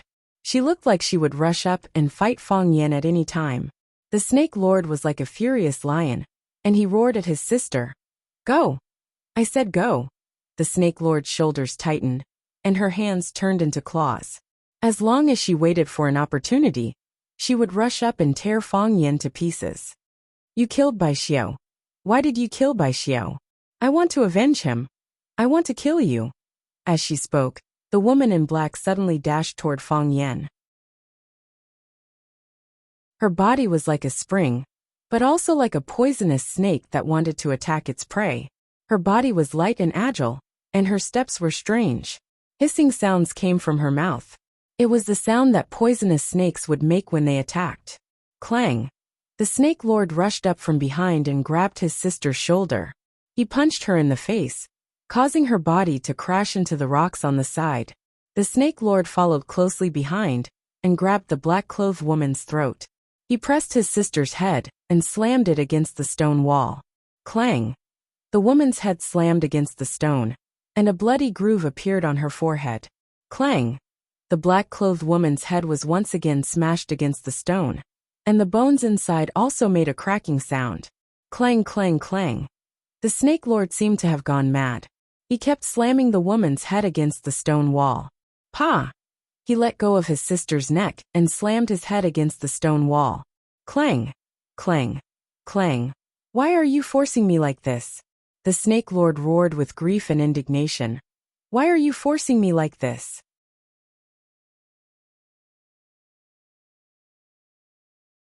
Chapter 6:12. Clang, clang, clang. The Snake Lord banged his head on the rock again and again. He struck himself until his head bled. He struck himself until his bones rattled. He struck the wall until it cracked. And then there was a rustling of broken sand and stones falling to the ground. He wanted to smash his way out of his pain, to smash through his despair. He wanted to relieve the pain in his head and relieve the pain in his heart. He could endure and cure headaches, but he could not do anything about the heartache. He did not want to hurt his sister and make her hurt him again and again. When she recklessly rushed towards Fang Yin, he had to make a move. He knew that if he waited for Fang Yin to make a move, only death would be waiting for his sister. He knew Fang Yin's strength too well. At that time, he used all his strength, but he was still easily strangled. If he had not taken the initiative to beg for mercy and offered his snake eye, Fang Yin might have broken his neck on the spot. Although his sister was also a snake woman, her strength was far inferior to his. With Fang Yin's current ability, strangling her was no different from killing an ant. The Snake Lord did not see the scene of Fang Yin fighting with others, so he did not know the fact that he was seriously injured. She wanted to avenge that man and kill Fang Yin. In order to protect her, he had to take the initiative to attack her. The Snake Lord felt that he was too wronged and too suffocated. He was like a balloon that was full of air, and a slight touch could cause him to explode with a bang. After he attacked his sister, the Snake Lord felt that death was better than living. He had never treated her like this since he was young. He hoped that he was the one who experienced all this, just that his sister could live well.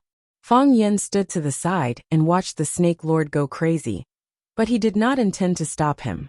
He could understand the Snake Lord's feelings at this moment, just as he could understand the Phoenix's feelings at that time. In life, people had to go through countless difficult choices. He chose his sister, but she chose another man. He was a loser, a pitiful person. From now on, he would have no relatives in this world, right? He did not know who to share his joy with, and he did not know who to tell his pain. He was like a transparent person. Kwang. The Snake Lord slammed his head against the stone, and a protruding sharp stone pierced his forehead. Then, blood spurted out of his head. The Snake Lord finally calmed down, and felt a little dizzy. Fang Yen took out a large medicine bottle from his pocket, and threw it over, saying, "Stop the bleeding." This medicine was stolen from Tianjizi's pharmacy. It had a miraculous effect on stopping bleeding and removing blood stasis. It was a must-have medicine in Jianghu. Snake Lord took the bottle and poured some gray powder onto his forehead. Then he returned the bottle to Fang Yen. "Feeling better?" Fang Yen asked Snake Lord. "I feel better now," Snake Lord said. "Come back with me if you're comfortable," Fang Yen said. "If you don't have a place to eat, eat at my place. If you have no place to stay, stay at my house. If you have no place to go, make my house your own. From now on we are friends and brothers. If you don't mind." Snake Lord's throat felt like it was winter, but he couldn't say anything. Fang Yen reached his hand out to Snake Lord and smiled. "You don't want to?" "No." Snake Lord shook his head. I don't think I deserve." Fang Yen grinned and said, "You're the Snake Lord, the king of snakes. As long as you don't ask me to kowtow to you every morning and night, everything else won't be a problem." Snake Lord opened his mouth and wanted to laugh, but then started crying again. He wiped the tears from his eyes and said, "I'll go back with you. We are friends, brothers," Fang Yen said. "Friends?" Snake Lord struggled to say this word. In his previous life, he had never said this word to anyone. To him, it was something unattainable. "Brothers?" Fang Yen clenched his withered and skinny hand and said, "That's right." Snake Lord wanted to dodge. He wasn't used to being so close to people. His right foot took a step back, but his left foot remained standing. He thought that it was time for him to make some changes. His little sister was right about one thing. He should live in the city, among people. He should have friends, brothers. He should have a different life. "Let's go," Fang Yen said. Snake Lord nodded, but his gaze couldn't help but fall to the ground. After being hit by Snake Lord's crazed attacks, the woman in black's head was heavily injured. After the Snake Lord loosened his grip on her neck, her body softly fell to the ground. It was like a lifeless corpse. Her forehead was bruised, blood staining the rocks and weeds on the ground. "Let's go," Fang Yen said. "She's letting go of you. You should also let go of her. She will have her own new life. And so will you." The Snake Lord nodded and followed Fang Yen down the mountain with large strides. Fang Yen walked quickly, while Snake Lord walked boldly. To them, this was a journey to a new life. After walking for a few kilometers, Fang Yen suddenly realized a serious problem. "You're wrong," Fang Yen said. Snake Lord was stunned and asked, "What's wrong?" "We should rent a car down the mountain." In the interrogation room, Jiang Zhulu felt like his skin was about to be roasted by the strong light on his face. He couldn't turn his face away, let alone change his position. He was no longer one of the 4 young masters of Huaqing. He was a suspect who didn't receive any preferential treatment, but was rather taken care of. His lawyer hadn't arrived yet, and he guessed that Shangxin wouldn't send him a lawyer for a while. Furthermore, he didn't want Shangxin to send him a lawyer either, because those people weren't here to save him, but to give him a good kick when he was falling to hell. Their arrival would only speed up his arrival. He wanted to call his mother. The only person he could trust now was his mother. As long as his mother knew that something had happened to him, she would use her grandfather's connections to bail him out, or at least send a trustworthy team of lawyers. However, he couldn't even make a phone call. His reasonable request was rejected, because they said that he might leak information to the outside world and destroy the evidence. What a joke! What exactly did he do? Jiang Zhulio's eyes were drowsy, and he was extremely exhausted after a day and night of torment. "Jiang Zhulu, wake up!" Chen Aiyang held a large cup of coffee and stared at Jiang Zhulio's every move.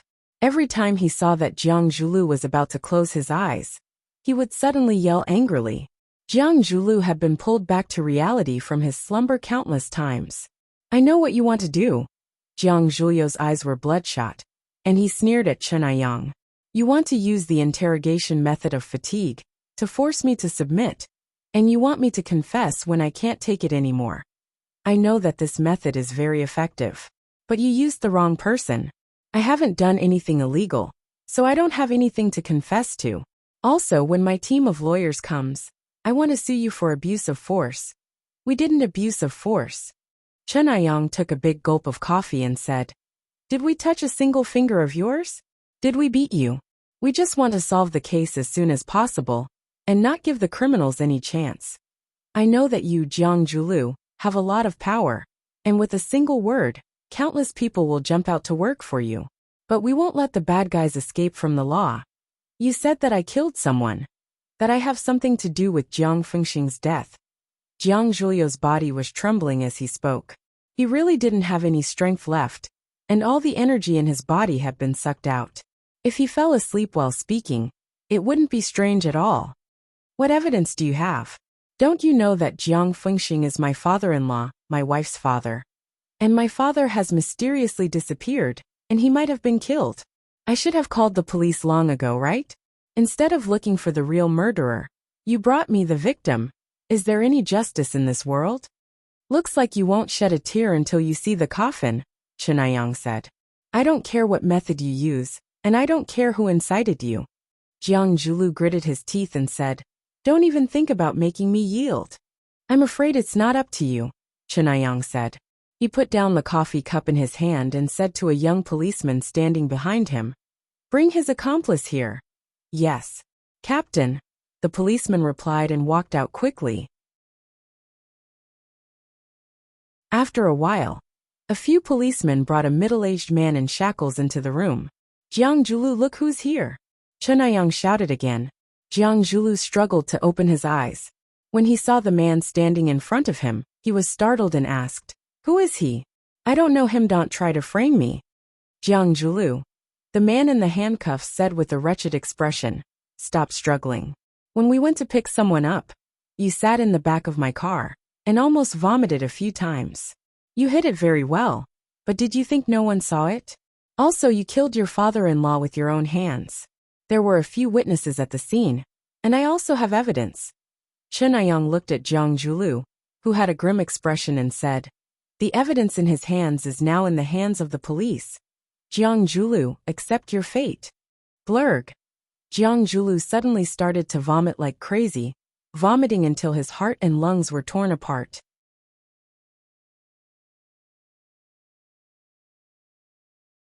Chapter 613. Jiang Zhulu had not eaten anything for an entire day and night. He only drank a few cups of coffee provided by the police to keep him awake. Therefore, he only vomited out the brownish-yellow coffee juice. He bent over, screamed at the top of his lungs, and vomited over and over again. His appearance was so exaggerated that people were worried that he would vomit out his liver, lungs, and bile. The witness's words reminded him of that day.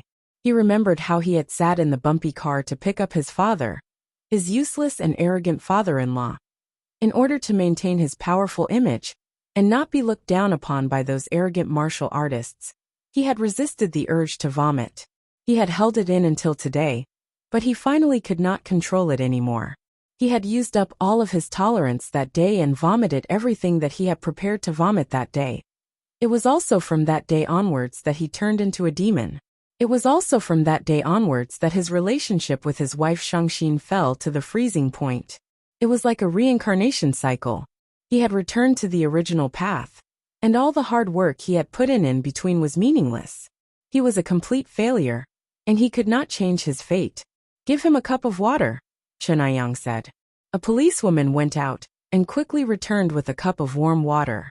Chen Aiyang placed the cup in front of Jiang Zhulu and said, Rinse your mouth with water. Jiang Zhulu picked up the cup of water and gulped it down. Then he placed the cup on the table and said, I don't know him, and I don't know what he is saying. The witness was furious and said, Jiang Zhulu, I am the Eagle King. I am the driver who sent you to pick someone up that day. Do you remember who I am now? No, I don't know who you are. Jiang Zhulu denied. It was impossible for him to admit that he knew this man, even though he had recognized him at first sight. He looked at Chen Aiyang with a sharp and sensitive gaze and said, "Take him away. I don't know him, and I don't know what he is saying." Jiang Zhulu, you are really stubborn. Do you think that you can just deny it? You definitely don't know that I'm equipped with the most advanced fly-eye electronic camera, right? Originally, I recorded the scene of you killing people to report to others, but I didn't expect to use it on you. You. Jiang Zhulu struggled to charge at the Eagle King. Just as his body moved, two strong men pounced on him and pinned him to the chair. Cuff him, Chen Aiyang said. Ka-cha. With a crisp sound, a steel shackle appeared on Jiang Zhulu's wrist. You bastard! Jiang Zhulu gritted his teeth and roared. He didn't expect to be destroyed by his own people. This was a betrayal to him. The Eagle King looked at him coldly and said, "If we were outside, I would have blown your head off with a single shot. In my eyes, you are just a pitiful ant." As if someone had poured a bucket of ice water on his head, Jiang Zhulu instantly became quiet. Since when did these thugs, who only had brute force, start to look down on him? When did this start? Remember, he was one of the 4 prodigies of Huaqing who was envied by countless people. How did he end up in such dire straits? Jiang Zhulu felt a wave of sadness in his heart. His vision darkened and he fainted. He felt his body sinking. It was a black hole that could swallow everything. Pa pa pa. It was a sound that could make one's imagination run wild. Lu Chaoga was sitting on a high chair in front of a floor-to-ceiling window working. In front of her was an Apple laptop, her hands quickly typing on it. She was working on a feasibility plan. Chaoyan Technology was prepared to invest in their own cell phone research. Chaoyan Technology's core product was the Little Flame Energy product. In the past, part of their products were supplied to the military, becoming an important part of increasing Huaxia's military strength. The other part was supplied to the market. Of course, this was mainly reflected in various large-scale machines.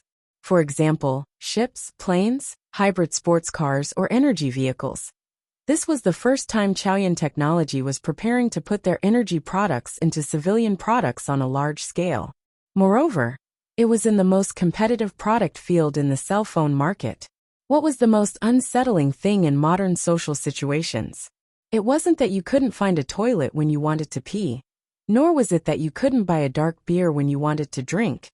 It was that when you were swiping your phone, the battery of the cell phone beeped, and the energy bar turned red. At that time, it was really unsettling, as if there were 1,000 steel needles sitting under your butt. Whether it was Apple's cell phone with the largest market share, or other international or domestic cell phone giants, they all had to face the same problem. The battery life was too poor. Chaoyan Technology started with energy, and they didn't lack the continuous use of energy. Therefore, Lu Chaoga targeted this business opportunity and prepared to produce a cell phone with energy. When you used an Apple phone, you could only use it for a day on a single charge. When you used Chaoyan's cell phone, you could use it for a week on a single charge. Which one would you choose? Nonsense, of course it would be Apple. Because the Apple phone looked more pretentious. The functions of the cell phones were almost the same, and there wouldn't be much difference in technology. Even the battery life had been solved. Then, there was only one problem that Lu Chaoga had to solve. Could the phone produced by Chaoyan improve the user's pretentiousness? Now there were 2 plans. One was for Chaoyan to make his own cell phone, and start all over again from the model to the internal configuration. The other plan was to acquire a second-rate cell phone company that already existed. He only needed to improve the quality of the hardware and software, and install Chaoyan's energy battery. Lu Chaoga was busy with her work when she saw the gate of the courtyard open. Then she saw Fang Yan, the little man she hadn't seen for a while.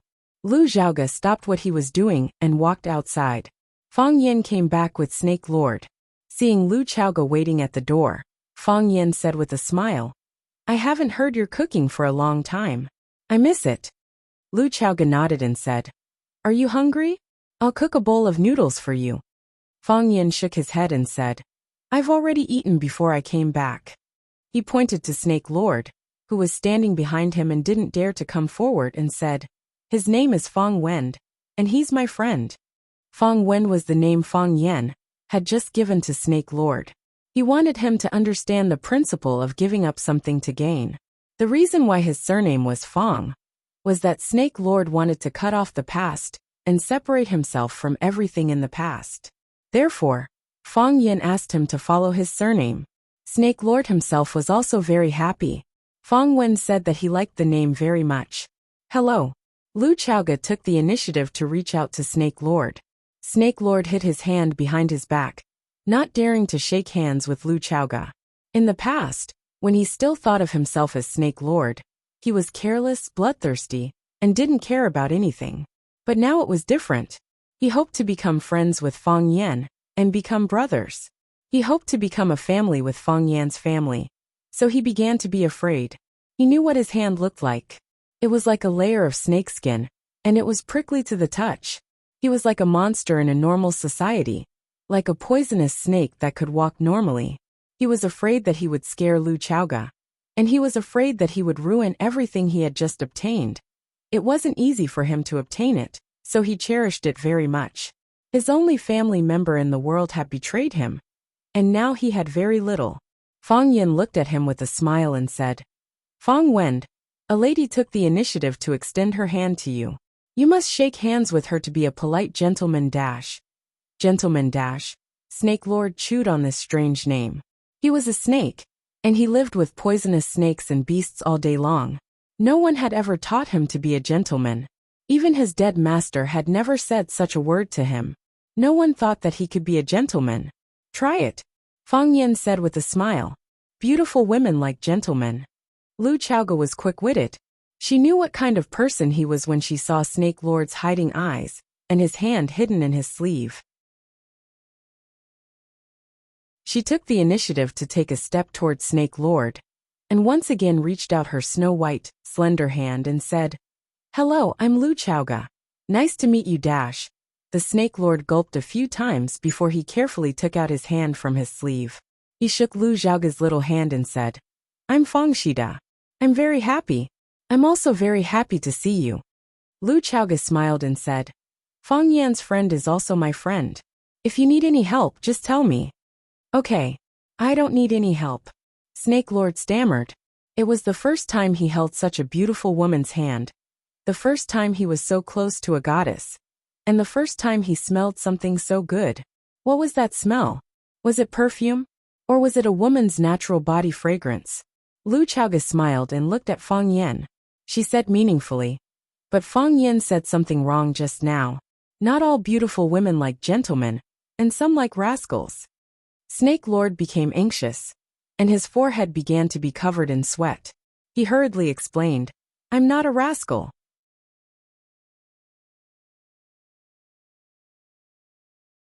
Chapter 614.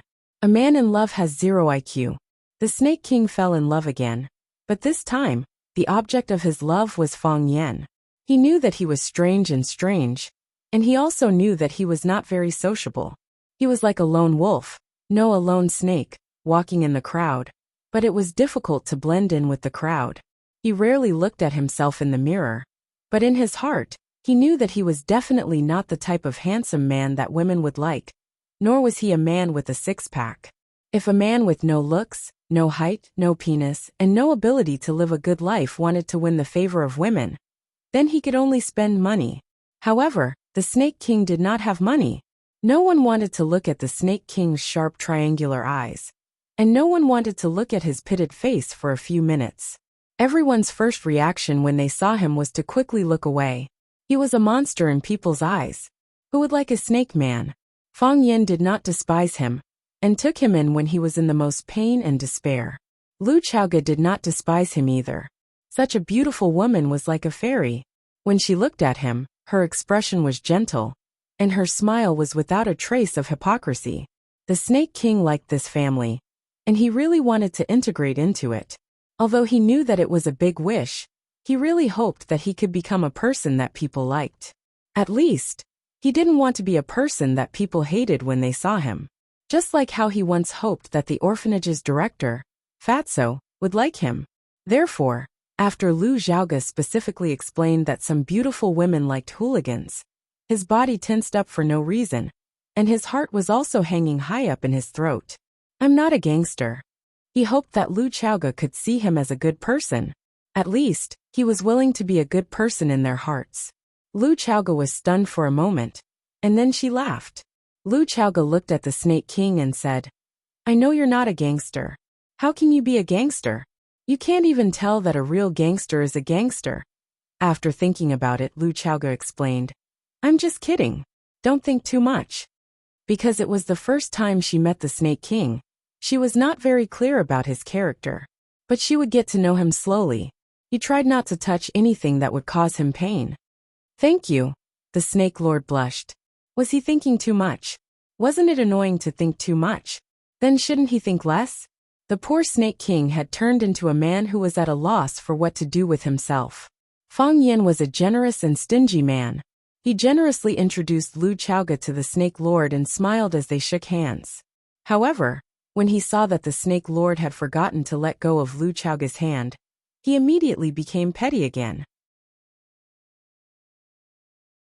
Fang Yin patted the Snake Lord's shoulder and said, As a qualified gentleman, you shouldn't shake hands with a lady for more than a minute, 30 seconds at most. The shorter the better. Snake Lord was so scared that his body trembled. He quickly threw Lu Xiaoga's hand away, as if he was grabbing a stove. Fang Yin nodded with satisfaction. He looked at the Snake Lord and praised, You already have the character of a gentleman. The Snake Lord had a simple and honest smile on his face. He was very happy that he could become a qualified gentleman. Fang Yin looked at Lu Xiaoga and said, Fang Wen's situation is a bit special. I want him to live with us for a while. Okay, Lu Xiaoga said. I'll have someone clean up the room. Fang Yin grabbed Lu Xiaoga's wrist and said, How about I buy another house in Huacheng? After the heroes and warriors came over, Fang Yin had made such a suggestion. Fang Yin was going to buy another house in Huacheng. He could take Fang Yingying and Fang Haohan to live outside, because he felt that there were more and more people living in this villa now. It was already becoming overcrowded. Now there was the Snake Lord, and he had to specially prepare a room for him. How about letting him squeeze in with Fang Haohan? In any case, one of them was as thin as a telephone pole, and the other was as short as a sapling. Neither of them was a waste of space. However, Fang Yin quickly rejected this idea. With Fang Haohan's cheap personality and vicious mouth, he would definitely make the Snake Lord suffer a fate worse than death. If the Snake Lord released his snakes and poisoned him to death, it was also very likely that it would happen. Fang Yin couldn't understand. He taught them fairness, justice, courage, and never giving in. How did they all grow up to be like this? Could it be that he was not a qualified teacher? Lu Xiaoga was silent. She just looked at Fang Yin with pleading eyes. She didn't want Fang Yin to leave. She wasn't willing in the past, and she wasn't willing now. If Fang Yin left, Fang Yingying and Fang Haohan would also leave. The Snake Lord who came today would also leave. In that case, she would return to her previous life.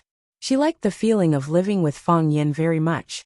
She liked to eat Fang Yan's cooking or cook for Fang Yin. Seeing the deep meaning in her eyes, Fang Yan's heart immediately softened. He let go of Lu Xiaoga's arm and said, Then prepare a room for me. Okay, I'll go right now. A charming smile appeared on Lu Xiaoga's face as she spoke softly. Lu Xiaoga ran upstairs with the nanny to get busy. Fang Yin looked at her back view and sighed softly. They couldn't possibly live together forever, right?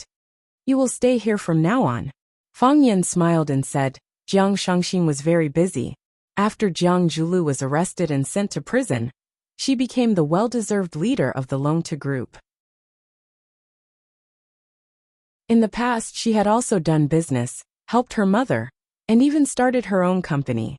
However, she had never thought that she would be in charge of an energy company with assets of tens of billions at such a young age. Furthermore, as the energy industry's performance in the global market became more and more eye-catching, the company's market value was also increasing at a speed visible to the naked eye. With Lily's cooperation, Jiang Shangxin quickly had a clear understanding of the company's situation. Those hardcore Jiang Zhulu supporters were purged, and those who were wavering were roped in. Those who were previously ostracized or oppressed by Jiang Zhulu were put in important positions by her. She constantly looked for people to talk to and frequently made phone calls. Orders were issued one after another, and they received even more feedback. Ever since Jiang Shangxin came to the Longta group and sent Jiang Zhulu away, she had not left until now. She and Lily were in a high-intensity work rhythm, but Fang Yingying was lying on the sofa in the living room, sleeping for 2 days and eating 6 boxed meals. Fang Yingying did not like to eat boxed meals, not because he felt that they were not delicious, but because the portion was too small. It would be gone after a few mouthfuls, and he still had to ask for more. Fang Yingying was also a person who cared about his reputation. When he opened his mouth to ask for 4 boxed meals, his face would also burn up. Chairman Wang, thank you for your hard work, Jiang Shangxin said with a smile. This is what I should do. Wang Ming, the assistant chairman of the finance department, bowed slightly to Jiang Shangxin and replied with a smile. After the guests left, Jiang Shangxin lay on the sofa in the office exhausted. At this point, she did not even want to move a finger. Lily pushed the door open and asked Jiang Shangxin, Miss Jiang, Chairman Jiang, do you want to eat anything? No need. Jiang Shangxin waved her hand. Get someone to send me a bottle of champagne and a box of strawberries. All right, Chairman Jiang. Lily turned around and left. When Jiang Shangxin closed her eyes and was about to take a nap, the tall wooden door of the office was pushed open again. With an apologetic look, Lily said, Chairman Jiang, Mr. Jiang's mother. Move aside. A stern woman's voice rang out. As she spoke, she gave Lily's body a heavy push, causing her to fall to the ground. With such a huge commotion happening right under her nose, Jiang Shangxin could not continue sleeping. When she opened her eyes and saw the woman standing at the door, she could not help but frown slightly. Jiang Zhulio's mother was also her mother-in-law, Ren Jin. Ren Jin stared at Jiang Shangxin with bloodshot eyes and shouted, Jiang Shangxin, Jiang Zhulu has been arrested, and you still have the mood to lie in his office and sleep? Do you have any conscience? To think that I have treated you so well. Has your conscience been eaten by dogs? Jiang Shangxin had originally thought that Ren Jin was a pitiful woman. However, after being scolded by her, she felt that she was a pitiful and hateful woman. Jiang Shangxin climbed up from the sofa gracefully and reached out to flatten the creases in her dress. Placing her hands together on her knees, she looked at Ren Jin, who was standing in front of her, and said, If you are here to question my character, then I will have to disappoint you. This is the kind of person I am. So, you can leave now. Jiang Shangxin, you. Ren Jin did not expect Jiang Shangxin to be so resolute and almost choked to death by her words. After being stunned for a while, she said angrily, Jiang Shangxin, there has been no news of Zhu Lu since he was taken away by the police. How can you not care about it? Even if there is a problem between the two of you, you should at least get the company's lawyer to check on it. I went to the police station to ask, but none of the lawyers in the company went to see Zhu Lu. What if he was tortured by them? Shangxin quickly helped Zhu Lu. Jiang Shangxin looked at Ren Jin and said, I got it. I will communicate with the legal team. When will you communicate with them? At a later date. When is the later date? Jiang Shangxin, get lawyer Zhang here now. I want to talk to them personally. Zhu Lu has been taken away for so long, but you have not reacted at all. Ren Jin stared at Jiang Shangxin with a sharp gaze and said, You are willing to do anything just to get more assets? Smack. Jiang Shangxin smashed the glass cup on the coffee table, and the porcelain cup smashed against the wall. Jiang Shangxin jumped up from the sofa and hollered at Ren Jin. You said that I am willing to do anything for some assets? Who is the one who is willing to do anything for some benefits? I'm Jiang Zhulio's wife, his legitimate wife. In order to curry favor with his master, he actually personally killed my father. He's the one who's unscrupulous. He is not a human, he is a beast. Do you know that your son is a beast?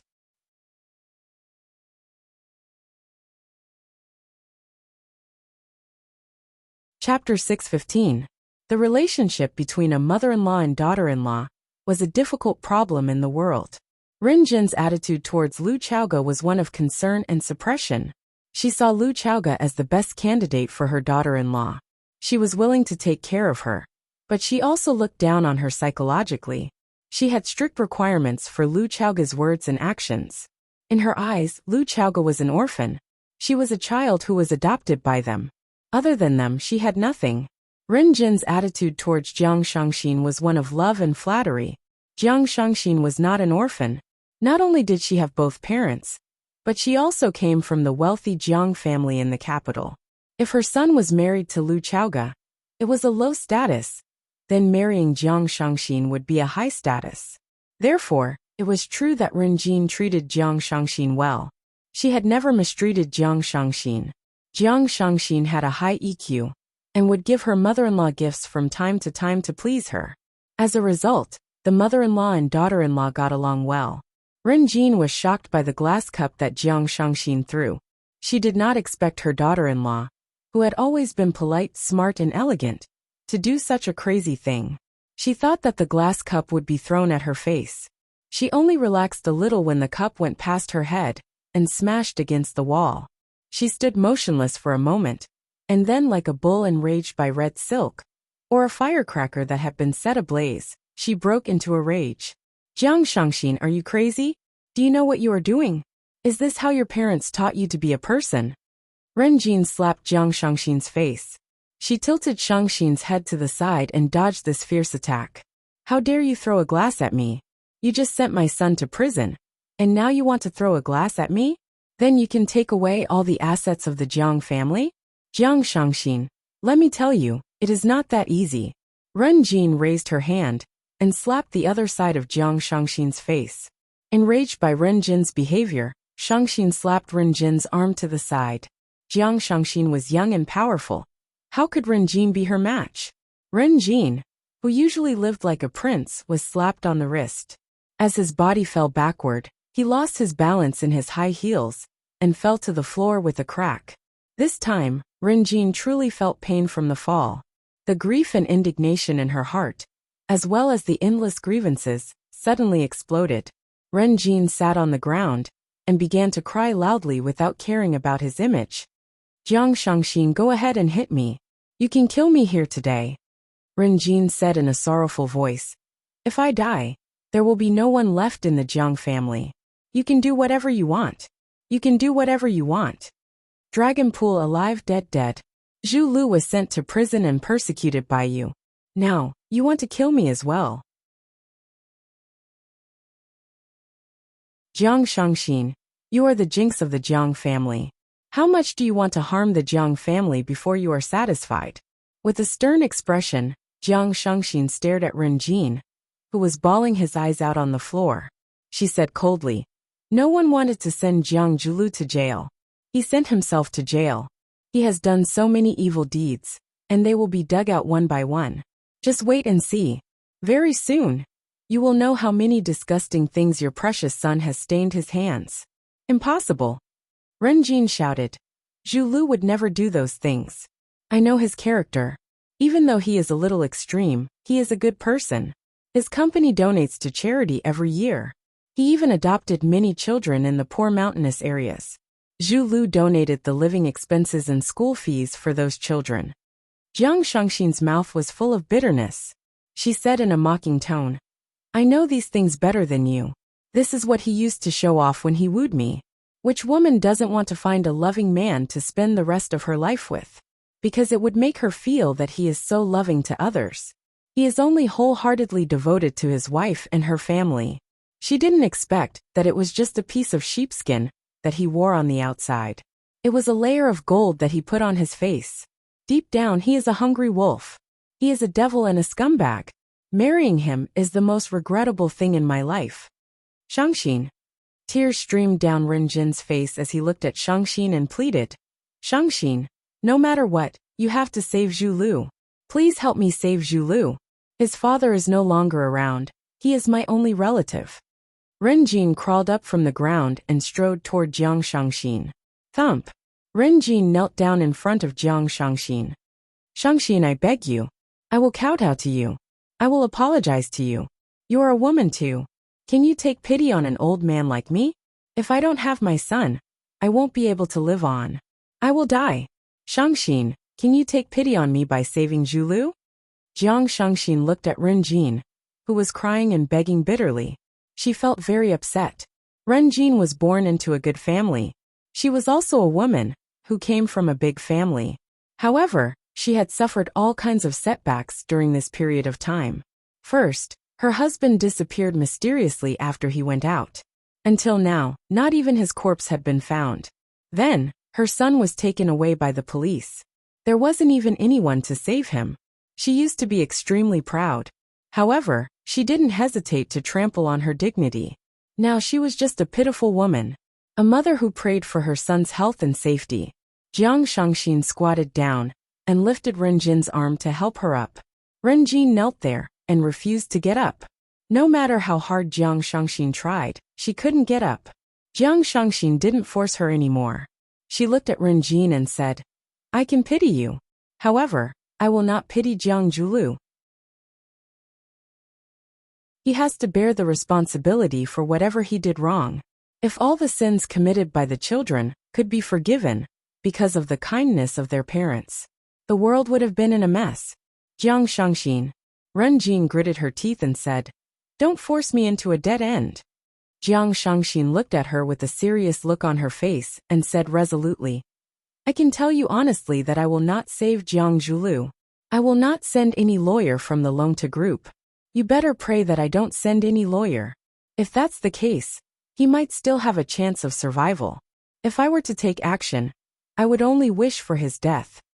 The former chairman of the Longta group, Jiang Zhulu, was arrested by the police for a crime of intentional homicide.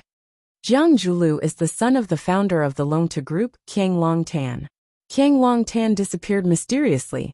The police suspect that Jiang Zhulu killed his father in order to climb up the ranks.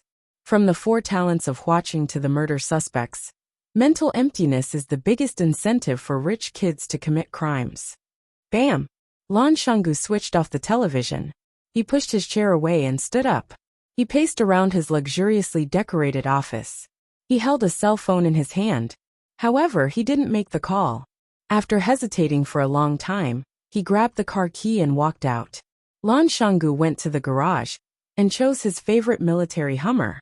He opened the door of the Hummer, started the engine and rushed out. Screech! Lan Shanggu drove the car to the entrance of an old house. Just when he was about to get off the car and press the doorbell, a bright yellow Lamborghini rushed over. The sharp head of the Lamborghini and the front of the Hummer stood side by side. A young man with long hair sat in the driver's seat. The young man looked at Lan Shanggu, who was pressing the button, and said with a smile, I was wondering who it was. Brother Lan Shanggu, you are back. You are a rare guest. Lan Tingyue, the son of Lan Shanggu's 4th uncle. He had been studying in France and had only returned to the country after graduating a year ago. He didn't have a formal job. He drove his luxury car around Huaqing every day, drinking and flirting with girls. From time to time, he would do something out of the ordinary. Because he was the youngest boy in the Lan family, he had always been loved by everyone. As a result, he developed the habit of looking down on others and rarely putting them in his eyes. Ever since Lan Shanggu separated from the Lan family, he had never returned to the Lan family's old house. Lan Shanggu had only seen Lan Tingyue twice at the Blue Mountain Club. It was the first time that he happened to bump into him at his doorstep. Lan Shanggu smiled and said, I came back to talk to Grandpa about something. Talk about something? What is it? Lan Shanggu smiled and said, Kids shouldn't ask about this. Go back and rest early. Lan Tingyue sneered and said, Lan Shanggu, if you still have a bit of backbone, hurry up and scram. Don't let me see you in the Lan family. What? Back then, you wanted to ride on someone else's coattails, and even didn't hesitate to separate from the Lan family, making the Lan family a joke in the eyes of outsiders. When I came back from studying abroad, do you know what I heard the most? Why did Lan Shanggu separate from the Lan family? Did the Lan family mistreat him? Lan Shanggu, don't you have any shame? Back then, in order to earn more money, You cried and shouted that you wanted to separate from the Lan family. Now that you've separated from the Lan family, and you're in trouble outside, you come back to ask for help? Lan Shanggu looked at Lan Tingyue thoughtfully and asked, "Are you done?" "I'm done. You're no longer a member of the Lan family. So go wherever you want to go. Whether you live or die, whether you eat meat or drink porridge, it has nothing to do with the Lan family." Lan Shanggu nodded and started the Hummer again. After pressing the reverse gear, the Hummer quickly backed off. I used to say how powerful the Lan clan's Lan Shanggu was, but now it seems that it's just a spineless coward. Seeing that Lan Shanggu was reversing the car and preparing to leave, Lan Tingyue's heart swelled up infinitely, as if he had just won a battle. The Hummer that was reversing suddenly accelerated. The tall front of the Hummer ruthlessly rolled towards the sexy butt of the Lamborghini.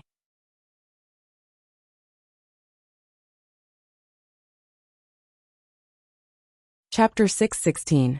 People who don't attract jealousy are mediocre. Lan Shanggu wasn't mediocre. He was the most outstanding and dazzling figure in the younger generation of the Lan family. He was selected as one of the 4 prodigies of Huacheng by busybodies. It was also because of Lan Shanggu's excellence that he became the target of love and special care by all the elders of the Lan family. Whether it was the old man of the Lan family or the other elders of the Lan family, they all nurtured him as the successor of the Lan family. Unexpectedly, Lan Shanggu actually fell out with his family because of an investment.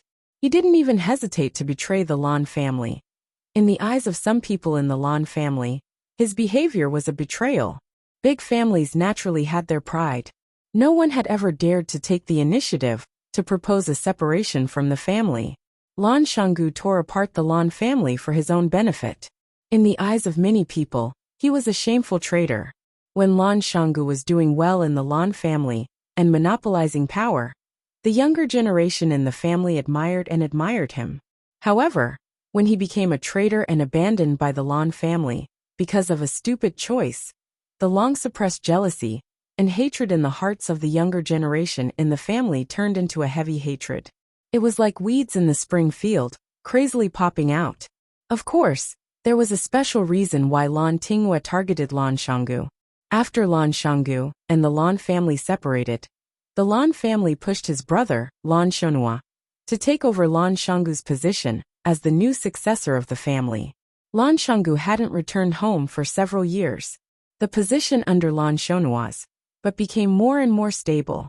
Now Lan Shanggu drove back in the middle of the night. In Lan Tingyue's eyes, he saw a dangerous signal. This was a dangerous person. Lan Tingyue originally thought that his mocking words would make Lan Shanggu leave. When he was about to start his newly bought sports car and enter the courtyard, he inadvertently saw a dazzling light from the rearview mirror. No, it was a black front that looked like a beast opening its bloody mouth and pouncing at him. Clang! The tall and rough body of the Hummer rumbled forward. The hard metal bumper fiercely bit the sexy butt of the Lamborghini that stretched out like a wing. Not only that, the Hummer didn't stop immediately after smashing the butt of the Lamborghini. This big monster continued to charge forward under the control of Lan Shanggu. Kacha kacha! The back half of the Lamborghini was rolled up by the mouth of the big monster. The Hummer opened its mouth and continued to roll over Lan Tingyue in the driver's seat. Lan Tingyue was scared out of his wits. His face was pale, and his pupils dilated. He pushed the car door open and wanted to escape, but he was pulled back by the seat belt and couldn't move. Lan Mountain Valley! Lan Mountain Valley! Lan Tingyue screamed. Lan Shanggu stepped on the accelerator and drove the Hummer to continue attacking the city. Help! Lan Tingyue was so scared that his nose was running and his tears were running. He cried out, "Help! Big brother Lan, don't kill me!" Bang! The Hummer finally stopped, but the engine was still running. The Lamborghini's weak body, which was pressed under his body, was shaking nonstop. Lan Shanggu looked down and stared at Lan Tingyue, who was sitting in the front passenger seat. He said arrogantly, "Now can I go in?" Lan Tingyue couldn't say a word. He was so scared that he peed his pants. The hot air from the front of the Hummer poured on Lan Tingyue's back. His body was already soaked in sweat. "You called me a coward." "I'm not angry at all. Lan Shanggu stared at the back of Lan Tingyue's head and said, I'm angry that you are a real coward. He is a child. A young man in a white shirt stood at the door. He had a pair of black-rimmed glasses on the bridge of his nose. He looked very scholarly. He looked at Lan Shanggu with a smile and said, Big brother, why do you stoop to the level of a child? Isn't it not worth it to hurt your own body? Lan Shonhua, Lan Tingyue's big brother. He was also the new person pushed out by the Lan family after Lan Shanggu left. When Lan Tingyue saw Lan Shonhua come out, it was as if he saw help. He cried and said, Big brother, quickly save me. He wants to kill me. Lan Shonhua shook his head and sighed. He walked over to help Lan Tingyue untie the seat belt and said, Big brother rarely comes back. How did you make him angry? Also, what nonsense are you talking about? Big brother is our big brother. How could he kill you? You must have said something you shouldn't have said. There was such a big commotion outside. Even Grandpa was woken up by you guys. Just wait to be scolded. Lan Shonhua didn't even look at the crashed Lamborghini. In his eyes, it was a toy not worth mentioning.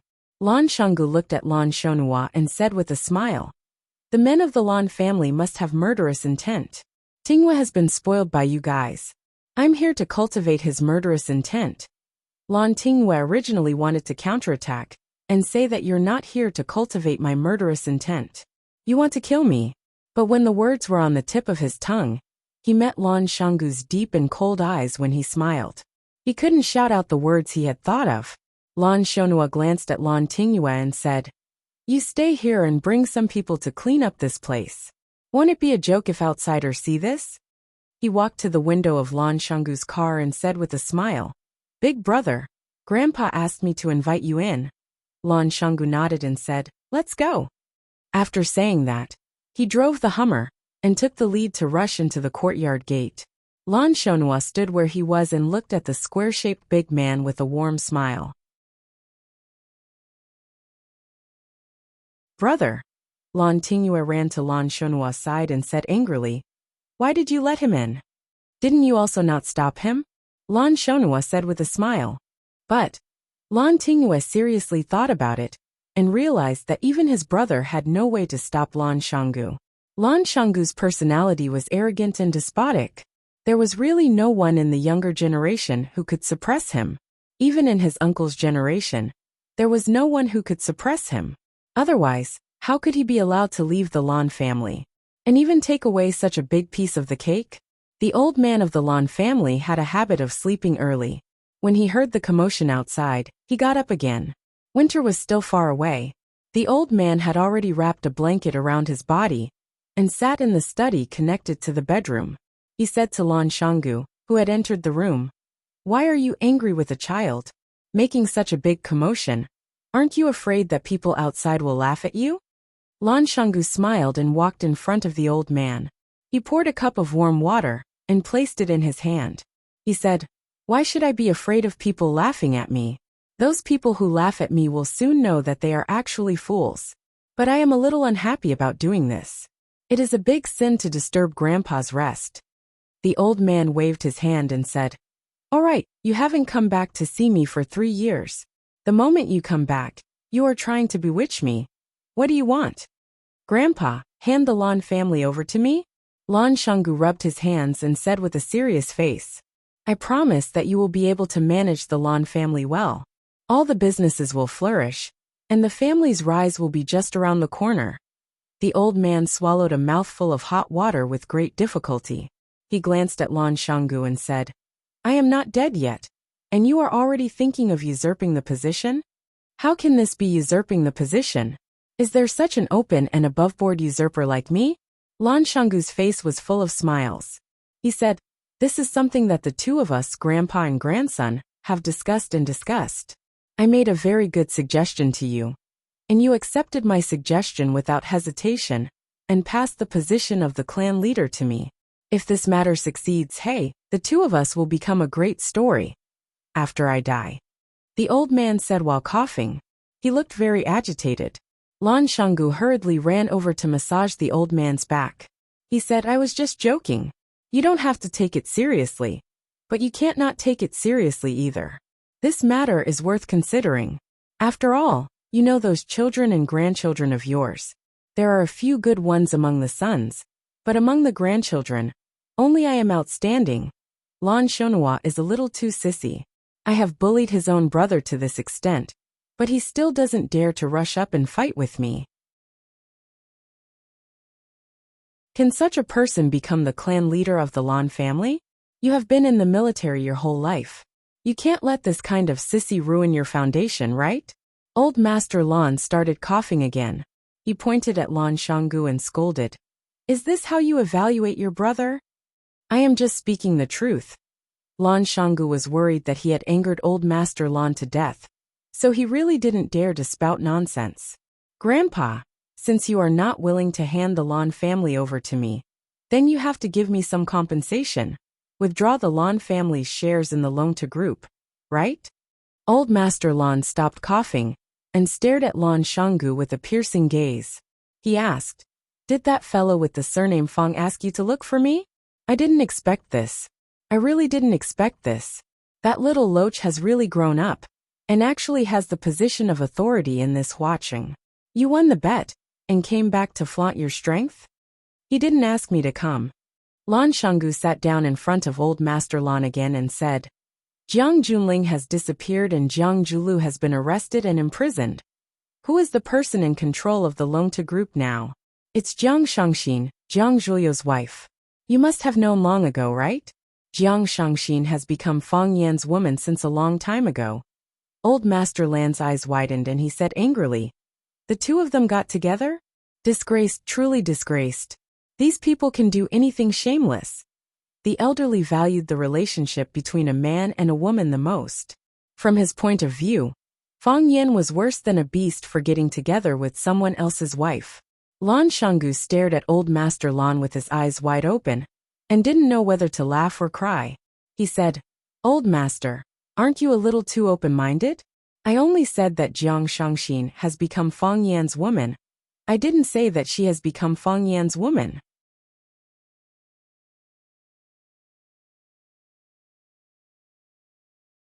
Chapter 617. What was the difference between his men and his women? Lu Shu was Fang Yan's man, Lan Shanggu was Fang Yan's man, Du Qing was Fang Yan's man, and Jiang Shangxin was Fang Yan's man. They were comrades in arms and alliance. They were like grasshoppers on a boat. However, his women had another meaning. Lu Chaoge was his woman. The little princess of the Qing clan was also his woman. Although Old Master Lan was old, he was still very clear about this. He looked at Langu Valley and asked, Busybodies have named you kids as the four prodigies of Huaqing. Even though it's a little childish, it still represents the four most powerful clans in Huaqing. The Jiang family has fallen to such a state, it really makes one sigh. If the Jiang clan is gone, will the other clans really be able to protect themselves? Grandpa, can you protect them? Lan Shanggu asked back. Old Master Lan was furious. He raised something in his hand and wanted to throw it at him. He shouted, Why can't I protect them? Could it be that in your eyes, that fellow is already unstoppable? Lan Shanggu sighed softly and said, Grandpa, I don't think that he is unstoppable, and it's not because I'm inflated after winning. Think about it. How many resources and connections does Fang Yan have now? He has the support of the Lu clan, the support of Lan Shanggu, the support of Du Qing. He has the powerful Chaoyan technology. Longtu is under his control, and the support of the Qing clan. Grandpa, if he really wants to make a move against the Lan clan, how do you think we can fight back? Old Master Lan laughed coldly and said, The Lan clan is doing business properly. Would he dare to take it by force? Grandpa, nowadays, no one is stupid enough to do things like taking things by force. The risk is too high, and the loss outweighs the gain. He only needs to use the resources under his banner to force the living environment of the Lan clan. As long as he makes a move, countless people under him will follow suit. By then, what will the Lan clan do? The Lu clan isn't on his side either, right? Won't the Mei family stand up and say something? Of course, the Lu family won't be on his side.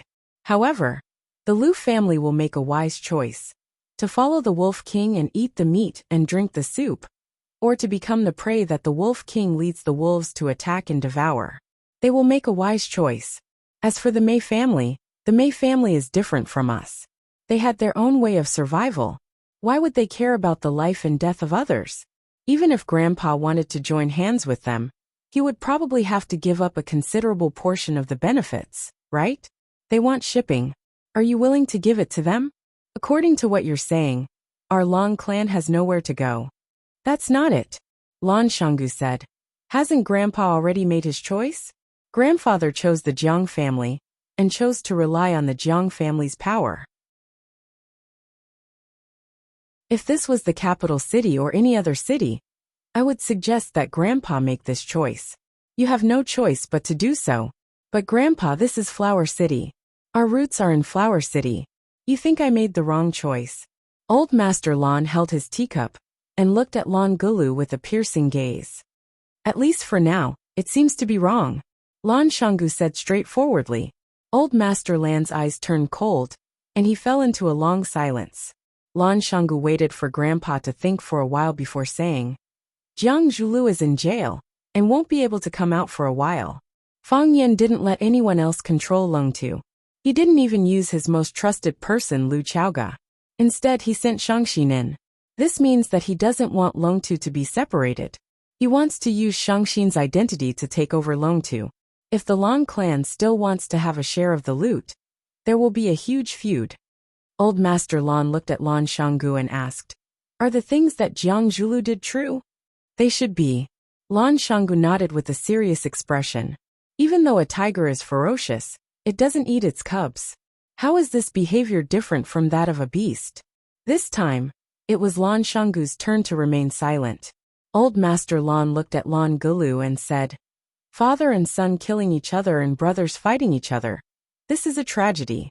I don't have any other requests from you. I only want you to keep this family and prosper in everything you do. No matter what. Lan Shanggu nodded and said, Grandpa, I understand. Old Master Lan nodded in satisfaction and said, What you mean is that we can't keep the shares of Longtu no matter what? We can't, Lan Shanggu said. Old Master Lan took a sip from his teacup and said, You're the eldest son and grandson of the Long clan. Splitting up in a fit of pique, the things you brought out with you are ultimately still too little. This is a little unfair to you. I'll give you the little bit of shares that the Long clan has in the Longtu Corporation.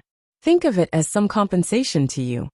Lan Shanggu stared at Old Master Lan with his eyes wide open and said, Grandpa. Old Master Lan sighed softly and said, You and Fang Yin will advance and retreat together. He can't possibly forcefully take over his own brother's shares, can he? If that's the case, how is he different from a beast? Who would dare to work with him in the future? Lan Shanggu felt that he had fallen into a huge pit. A bottomless pit. Someone knocked on the room door. Lan Shanggu looked outside with a smile and said, I guess it must be Lan Shonua. He raised his voice and shouted outside, Come in. The room door was pushed open. It was indeed Lan Shonua standing at the door. Lan Shonua carried a tray in his hand and walked in with a smile on his face. He said, Grandpa, big brother, I knew that you two would talk until midnight, so I asked the kitchen to make a bowl of sweet distiller's grains for you two to eat while it's hot. Fill your stomach. He placed the tray on the table and placed a bowl in front of Grandpa and Lan Shanggu each. He said, You two take your time, I'll go out first. With that he carried the tray and walked out. Lan Shanggu looked at Old Master Lan and said, A scholar who has been away for 3 days has changed my opinion of him. Old Master Lan had a smug look on his face. He said, Spring is when 100 flowers contend. Mo Qingdi and Ice Dragon were living together. Just like a loser who had met them is perfect in his life. Mo Qingdi's life in the land of extreme coldness had undergone a complete change. He lived in a large, unique, and luxurious house with icicles hanging from the ceiling. He ate all kinds of rare and precious celestial fruits that he had never eaten before. Even the place where he slept at night was covered with red feathers. A red feather was a red bird on the glacier. Because Mo Qingdi had not seen anyone else in the land of extreme coldness, no one had told him the name of this bird. Mo Qingdi had been in this glacier for many years, but he had only seen this bird a few times. There was a large pile of bird feathers in Ice Dragon's cave. Mo Qingdi tidied it up. Ha! It was much more comfortable than the down quilt he used in Yanjing. It had to be said that his current life was much better than living in the igloo that he had carved out with a knife. Life was so blissful and comfortable. But Emo Chingdi could not help but worry about one problem. How could he get Ice Dragon's blood and tendon? If he could not get Ice Dragon's blood and tendon, would he have to stay in this land of extreme coldness for the rest of his life and become a pair of dragons of life and death with Ice Dragon? The Azure Dragon had met the Ice Dragon. His ice-cold heart couldn't help but ripple after ripple. It was dinner time now. Ice Dragon gave Azure Dragon a look, signaling him to wait for a while. Then he wagged his tail and ran into the deep cave. This was the only thing that Azure Dragon was not satisfied with Ice Dragon. Every time it was time for dinner, Ice Dragon would give Azure Dragon a smug look, meaning to say, "Wait for me to get you something to eat." After a while, he had piled up in front of Emo Chingdi with all kinds of food in his mouth. It was said that every dragon had a treasure trove, and inside the treasure trove were all kinds of rare and strange treasures. There was one time when Emo Chingdi wanted to go in with it to have a look, but the little transparent dog just stood there, not moving an inch. It only looked at him with a sad look in its eyes. "I'm already so good to you. How can you ask for more?" Emo Chingdi was embarrassed by the dog's stare. He turned around and ran to a corner to sit down. Only then did the transparent puppy scuttle into the depths of the cave with a whoosh, disappearing without a trace in an instant. Ice Dragon was very fast. He did not have to wait too long before he came back with a big pile of food in front of Emo Chingdi. There was snow snake meat, red silk fish, 9 petals snow lotus, baby ginseng, and red lava fruit. Ice Dragon held a red lava fruit in his mouth and put it in front of Emo Chingdi. Then, he rolled his tongue into a baby ginseng and chewed it. Emo Chingdi pushed the red lava fruit back, then reached out his hand to touch the thick 9-petal snow lotus. Ice Dragon saw Emo Chingdi's action, and once again held the red lava fruit in his mouth in front of Emo Chingdi. He even winked at Emo Chingdi as if saying, "I know you like this, don't be shy with me." Emo Chingdi shook his head and pushed the red lava fruit away again, then reached out to touch the red silk fish. Ice Dragon used his claws to pull the red silk fish under him, and once again pushed the lava fruit to Emo Chingdi. After doing this, Ice Dragon glanced at Emo Chingdi with a reproachful look. "Eat it, don't waste my good intentions." "I mean," Emo Chingdi looked at Ice Dragon and said awkwardly, "Can we change it?" Ever since Emo Chingdi ate the lava fruit on the first day, he came to the Ice Dragon's lair as a guest, and expressed high praise for the food. The Ice Dragon would push a lava fruit in front of Emo Chingdi every time it was time to eat. For the first few days, Emo Chingdi enjoyed the food quite a lot. The meat was crispy and juicy, and it was a rare and precious fruit in the world. After eating for half a month, Emo Chingdi could not stand it anymore. He needed a change of taste, right?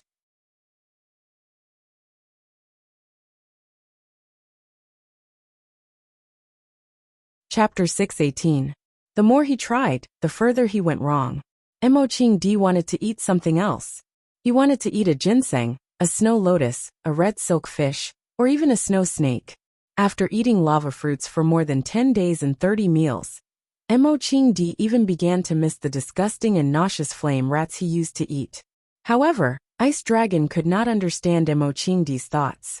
The first time it met Emo Chingdi, the image of Emo Chingdi's eyes shining, when he saw the lava fruit in its mouth, was still engraved in its mind. Later on, whenever it placed the lava fruit in front of Emo Chingdi, he would eat it cleanly with a face full of joy and delight, not even spitting out the core of the fruit. Only the dragon race would be so extravagant as to think that it was necessary to spit out the core of the lava fruit after eating it. In this world of ice and snow where not even a blade of grass grew, it was an extravagant hope to see a small flower or grass. To encounter such a rare fruit was a great blessing. The core of the fruit was also an extremely rare and precious object. How could Emo Chingdi bear to spit it out? The idea that Emo Chingdi liked to eat lava fruits was deeply ingrained in Ice Dragon's heart. Ice Dragon was a hospitable host. Since there was a guest in his territory, he naturally had to offer his best and favorite food. "Don't you like to eat lava fruits?" "It's okay, I have plenty at home. In Ice Dragon's eyes, Mo-Ching-Di's act of pushing the lava fruits to him was humble and embarrassed. Ice Dragon thought that the weird-looking monster in front of him must have felt bad for eating too many of his magma fruits, so he wanted to return them to him, so that he could enjoy them as well. Too polite. Ice Dragon didn't know how to speak. If it could, it would have said this sentence. It couldn't understand what Mo-Ching-Di was saying, but judging from his expression, the Ice Dragon stared intently at Mo-Ching-Di's expression. It tilted its head and thought for a while, then lowered its head again, and placed the lava fruit in front of Mo-Ching-Di. Don't be polite with me. Ice Dragon wagged his tail. He had an expression that said, I understand your kindness. Although I like to eat it, I can give it to you since you like it. Mo-Ching-Di sighed deeply. He wanted to go home. He returned to his igloo, caught a snow snake or killed a flame rat, skinned it, cleaned it, and froze it. He wanted to eat meat. Seeing Mo-Ching-Di's moved expression, Ice Dragon became even more pleased with himself. It jumped up and down on the spot, looking like it was asking for a beating. It used its claws to push the lava fruit in front of Mo-Ching-Di, signaling him to pick it up and eat it. Thank you. Mo-Ching-Di took the magma fruit and took a big bite. His mouth was full of juice, but he still felt that there was a bird in his mouth. If only there was a bird in his mouth. The Ice Dragon also began to eat. As usual, it ate the baby ginseng, the snow lotus with 9 petals, the red silk fish, and the snow snake. Feeling that it was still not full, it ran to its mouth and grabbed a few snow-like objects that Mo-Ching-Di had never seen before. It chewed on them with a loud crunching sound. Ice Dragon ate very quickly. After finishing the pile of heaven and earth treasures, Mo-Ching-Di had only eaten half of a lava fruit. Ice Dragon looked at Mo-Ching-Di with a face full of blame. Why are you eating so slowly? Look at how good I am. After Mo-Ching-Di had finished eating the lava fruit, he washed his hands and face with the icy water in the cave pool. Then, he began to practice his martial arts. Mo-Ching-Di had to practice. First, it was to resist the bitter cold, so that his body could always be at its healthiest. In this extremely cold place, there were no doctors, and probably no other human beings. If his body became weak or he noticed some other symptoms, then only death awaited him. In addition, Mo-Ching-Di was also digesting the energy that the lava fruit gave him. Mo-Ching-Di did not know where this lava fruit came from, and he had never even seen a tree with this fruit. However, he could feel that this fruit was very beneficial to his body. The lava fruit was fiery red in color, sweet and juicy, and it felt cool and delicious when eaten. But when the fruit entered his stomach, it began to emit a strange heat. It was like accidentally eating an aphrodisiac like, I love a piece of firewood, causing an inexplicable heat in one's body. If one sat there without moving, this heat would last for a long time. As long as one exercised intensely, the heat would spread faster. Mo-Ching-Di had just eaten another lava fruit, so he had to exercise again. Now he had to exercise 3 times a day. Ever since his tendons and veins were broken, he had never been as diligent as he was in this extremely cold place. Every time Mo-Ching-Di practiced, Ice Dragon would sit beside him and watch for a while. It never sat or squatted, because Mo-Ching-Di had never entered its real cave. He did not know what kind of posture it was when it slept. Perhaps there were other beauties hidden in the golden house? Thinking of this possibility, Mo-Ching-Di felt a trace of anger in his heart. As usual, after watching for a few minutes, Ice Dragon felt that Mo-Ching-Di's kicks were very boring. So it flicked its tail and rushed into the depths of the cave like the wind. Mo-Ching-Di was very conflicted. He wanted to heal his meridians and body, and he wanted to go back to check on the current situation of the Fong family and see if Fong Yin could hold on by himself. If he wanted to go back as soon as possible, he could only kill Ice Dragon, drink its blood, and extract its tendons. However, if he did that, how could he be worthy of its life-saving grace? How could he be worthy of its deep friendship for treating him with good food and drinks every day? It was hard to advance, hard to retreat. He was in a dilemma. Just as Mo-Ching-Di was lost in his thoughts, the sound of screams and howls suddenly came from the outside. As Mo Qingdi listened attentively, a gust of wind blew past him. The transparent puppy had already run out to watch the commotion. This dog. Ever since Fang Yan brought Jiang Shangxin to the Chaoyan Underground Research Institute, she had settled down there. Even though Jiang Zhulu had been taken away by the police, and most of the threats to her safety had been removed, she still had no intention of leaving. That place gave her an inexplicable sense of security. Of course, it was indeed very safe there. This was the first time that Jiang Shangxin had come to this neighborhood, and she felt that it was necessary for her to pay a visit to this legendary woman. Lu Chaoga. Her story had become a compulsory subject for the students of various business schools, and her photos and interviews frequently appeared in domestic and international financial magazines. Goddess of Flame, sexiest CEO, most intelligent woman, #1 on the charity rankings for 3 consecutive years, the actual controller of Chaoyan Science and Technology, and the mysterious woman behind Fang Yan. She was dazzling and full of honors. Jiang Shangxin was a proud woman. However, even such a proud woman like her would be jealous of Lu Xiaoga. This woman had lost a lot, but she had gained even more. Before knowing her story, it was hard to imagine how a woman could live such a rich and colorful life. Jiang Shangxin suddenly had this thought, and she couldn't suppress it after it appeared in her mind. Let's go and see Lu Chaoga. Why do I want to see her? Jiang Shangxin thought to herself. Firstly, it was to thank her for being willing to provide her with a place to stay when she was in the most difficult and dangerous situation. Jiang Shangxin was very clear that if it wasn't for Lu Chaoga's permission, Fang Yan wouldn't have been able to bring her to such an important place like Chaoyan Underground Research Institute. Although Fang Yan had a lot of say in Chaoyan Science and Technology, Lu Chaoga was the real owner of Chaoyan. Chaoyan. The word Chao came before the word Yan. Secondly, it was because of admiration. Jiang Shangxin had known her for many years, and the two of them had quite a bit of history. Before she appeared, Lu Chaoga was Jiang Zhulio's admirer, and she knew that the Jiang family had always wanted Lu Chaoga to become Jiang Zhulio's daughter-in-law. After that, Lu Chaoga and King Long Tan had a falling out, and she forcefully tore off a large piece of Longta Group and left. Naturally, she established her own company and created Chaoyan Science and Technology. The first time they met was by chance at the shopping mall 3 years ago. When she and Jiang Zhulu went shopping, Lu Chaoga and Fang Yan also appeared at the shopping mall. At that time, she only had some appreciation and admiration for Lu Chaoga. She felt that this woman was courageous and knowledgeable, and it wasn't easy for her to get to where she was today to be able to fight with an opponent like King Long Tan. There was also a little jealousy in her heart. At that time, she really liked Jiang Zhulu, and she didn't want the man she liked to be thinking about other women. A current girlfriend and an ex-girlfriend were natural enemies. Of course, it was just a little. Who would have thought that in just a few years, Lu Xiaoga would be able to achieve such brilliant and dazzling achievements under the watchful eyes of countless enemies, open spears and covert attacks. How much was Chaoyan Science and Technology worth now? One media outlet had a very good evaluation. Don't talk about money with Lu Chaoga.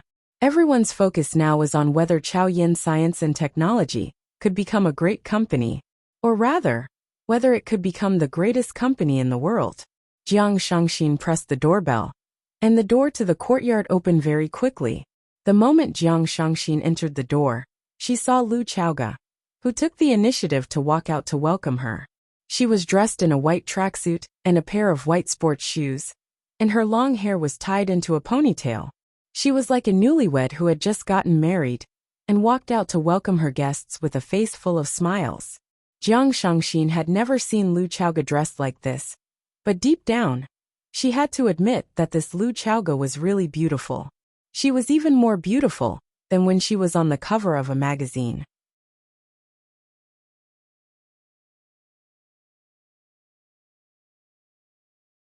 Chapter 619. In the media, Lu Chaoga was aloof and elegant, just like a goddess in the clouds. While people worshipped her, it also created a sense of unreachable distance. In Jiang Shangxin's eyes, Lu Chaoga was smart, sharp, and cold. She was good at forbearance. Some people described Jiang Zhuliu's father as a scalper and a dog. However, Jiang Shangxin felt that Lu Chaoga's scheming ability and ability to hide her emotions were not inferior to Qiang Longtan's. When she was still a child, she already knew how to deal with the murderer, who killed her parents and finally avenge her parents. How much willpower did it take? There was an old saying that went, "Kings don't meet kings."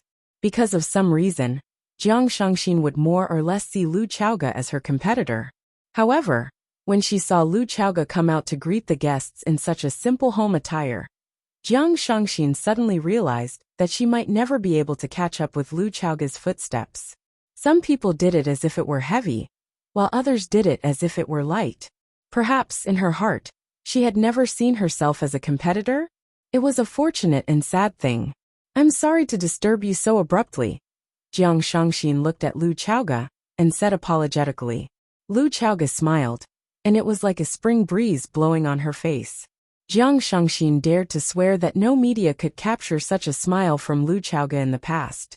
Because Jiang Shangxin had studied Lu Chaoga's appearance records, she had never smiled before. At this moment, Lu Chaoga was blissful, and that kind of bliss was emitted from the inside out. It was like a woman who couldn't help but smile foolishly after falling in love, and she couldn't hide it even if she wanted to. Lu Chaoga took the initiative to stretch out his beautiful palm toward Shangxin and said in a gentle voice, "I was supposed to be the one to visit you, but I've been too busy recently. I'm very happy that you're here as a guest." Jiang Shangxin sighed to herself. This woman was indeed a formidable person.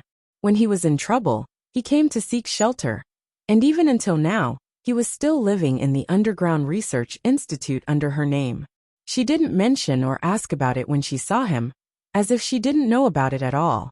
Needless to say, that was the most embarrassing period of time for Shangxin. A spike in her bone, a scar on her face. If it weren't for Fang Yan who pulled down the plane to Paris in time, the news of her accident would have spread to China. Lu Chaoga's way of handling things made her feel very comfortable, and she felt that she was respected. Why did best friends end up fighting each other to the death? Because he asked too many questions.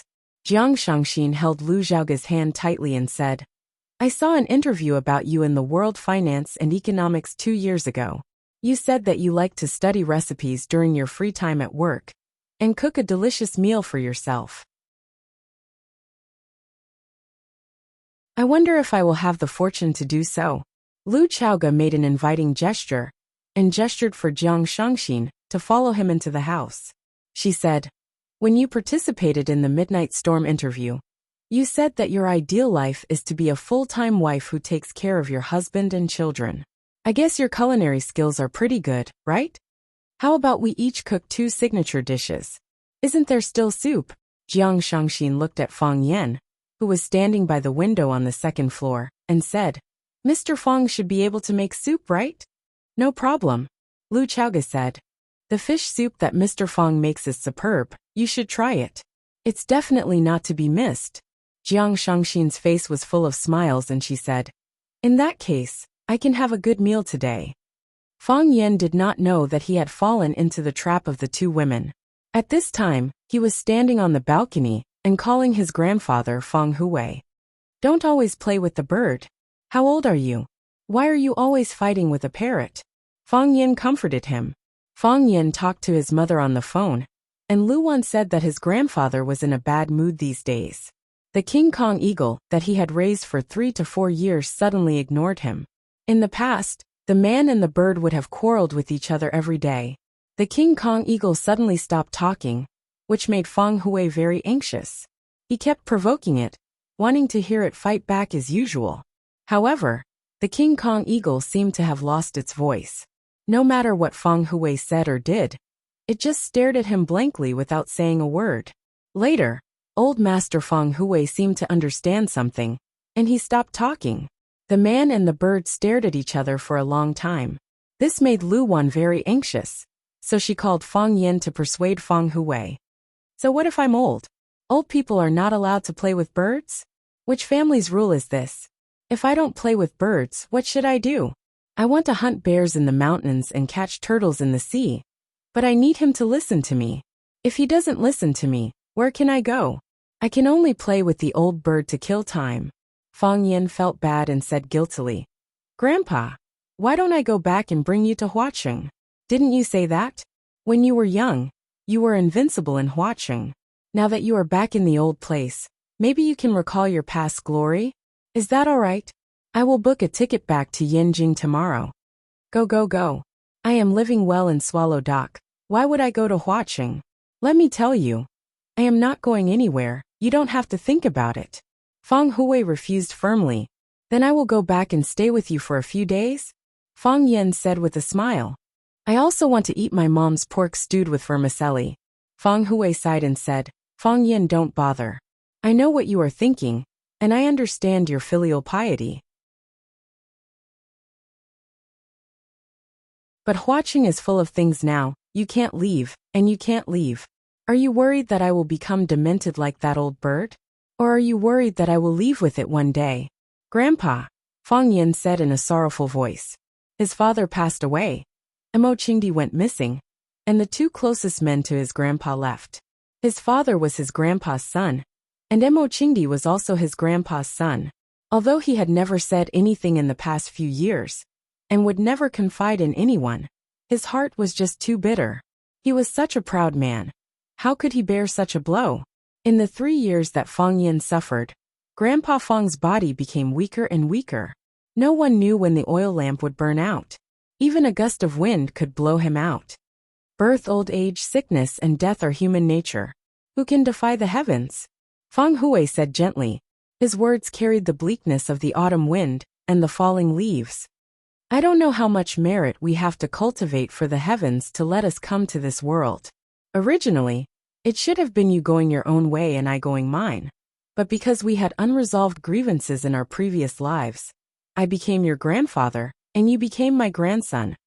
I, Fang Hui, have never let down the heavens, and never bow down to anyone. I have trained hard and lived my life seriously. My life has come to an end, and I have lived my life to the end. But your life has just begun. You haven't lived a single Cho Maoyin yet. You have to continue working hard, and don't waste your time on an old man like me. It is too precious. We can't afford to waste it. Grandpa, is there anything more important than spending time with you? Fang Yin endured the pain in his heart and said with a smile, there are shortcuts when it comes to being a person or doing things. For example, if I want to practice martial arts, I have to find a good master. You and the old drunkard are good masters. They can teach me quickly and help me improve faster than my peers. It is the same with being a person. If I want to live a single Cho Maoyin, I will stay by your side and listen to you tell me about the ups and downs of life. I like the stories you tell me, and they contain profound philosophy. After listening to you for 30 to 50 years, maybe I will become the smartest person in the world. Fang Hui was amused by Fang Yan's words. He laughed and scolded. T. How many stories do I have to tell you for 30 to 50 years? At that time, I will be more than 100 years old, and you will be 70 or 80 years old. A 100-year-old monster telling a 70 or 80-year-old man how to be a person. If someone saw this scene, they would have a heart attack. Hearing his grandpa's hearty laughter, Fang Yin felt a little better. He said, if someone saw this scene, they would definitely think of us as immortals. I am an old immortal, and you are an old immortal. I will give you 2 roasted chickens and a pot of plum wine. We can even have a drink. You're just making things up, kid.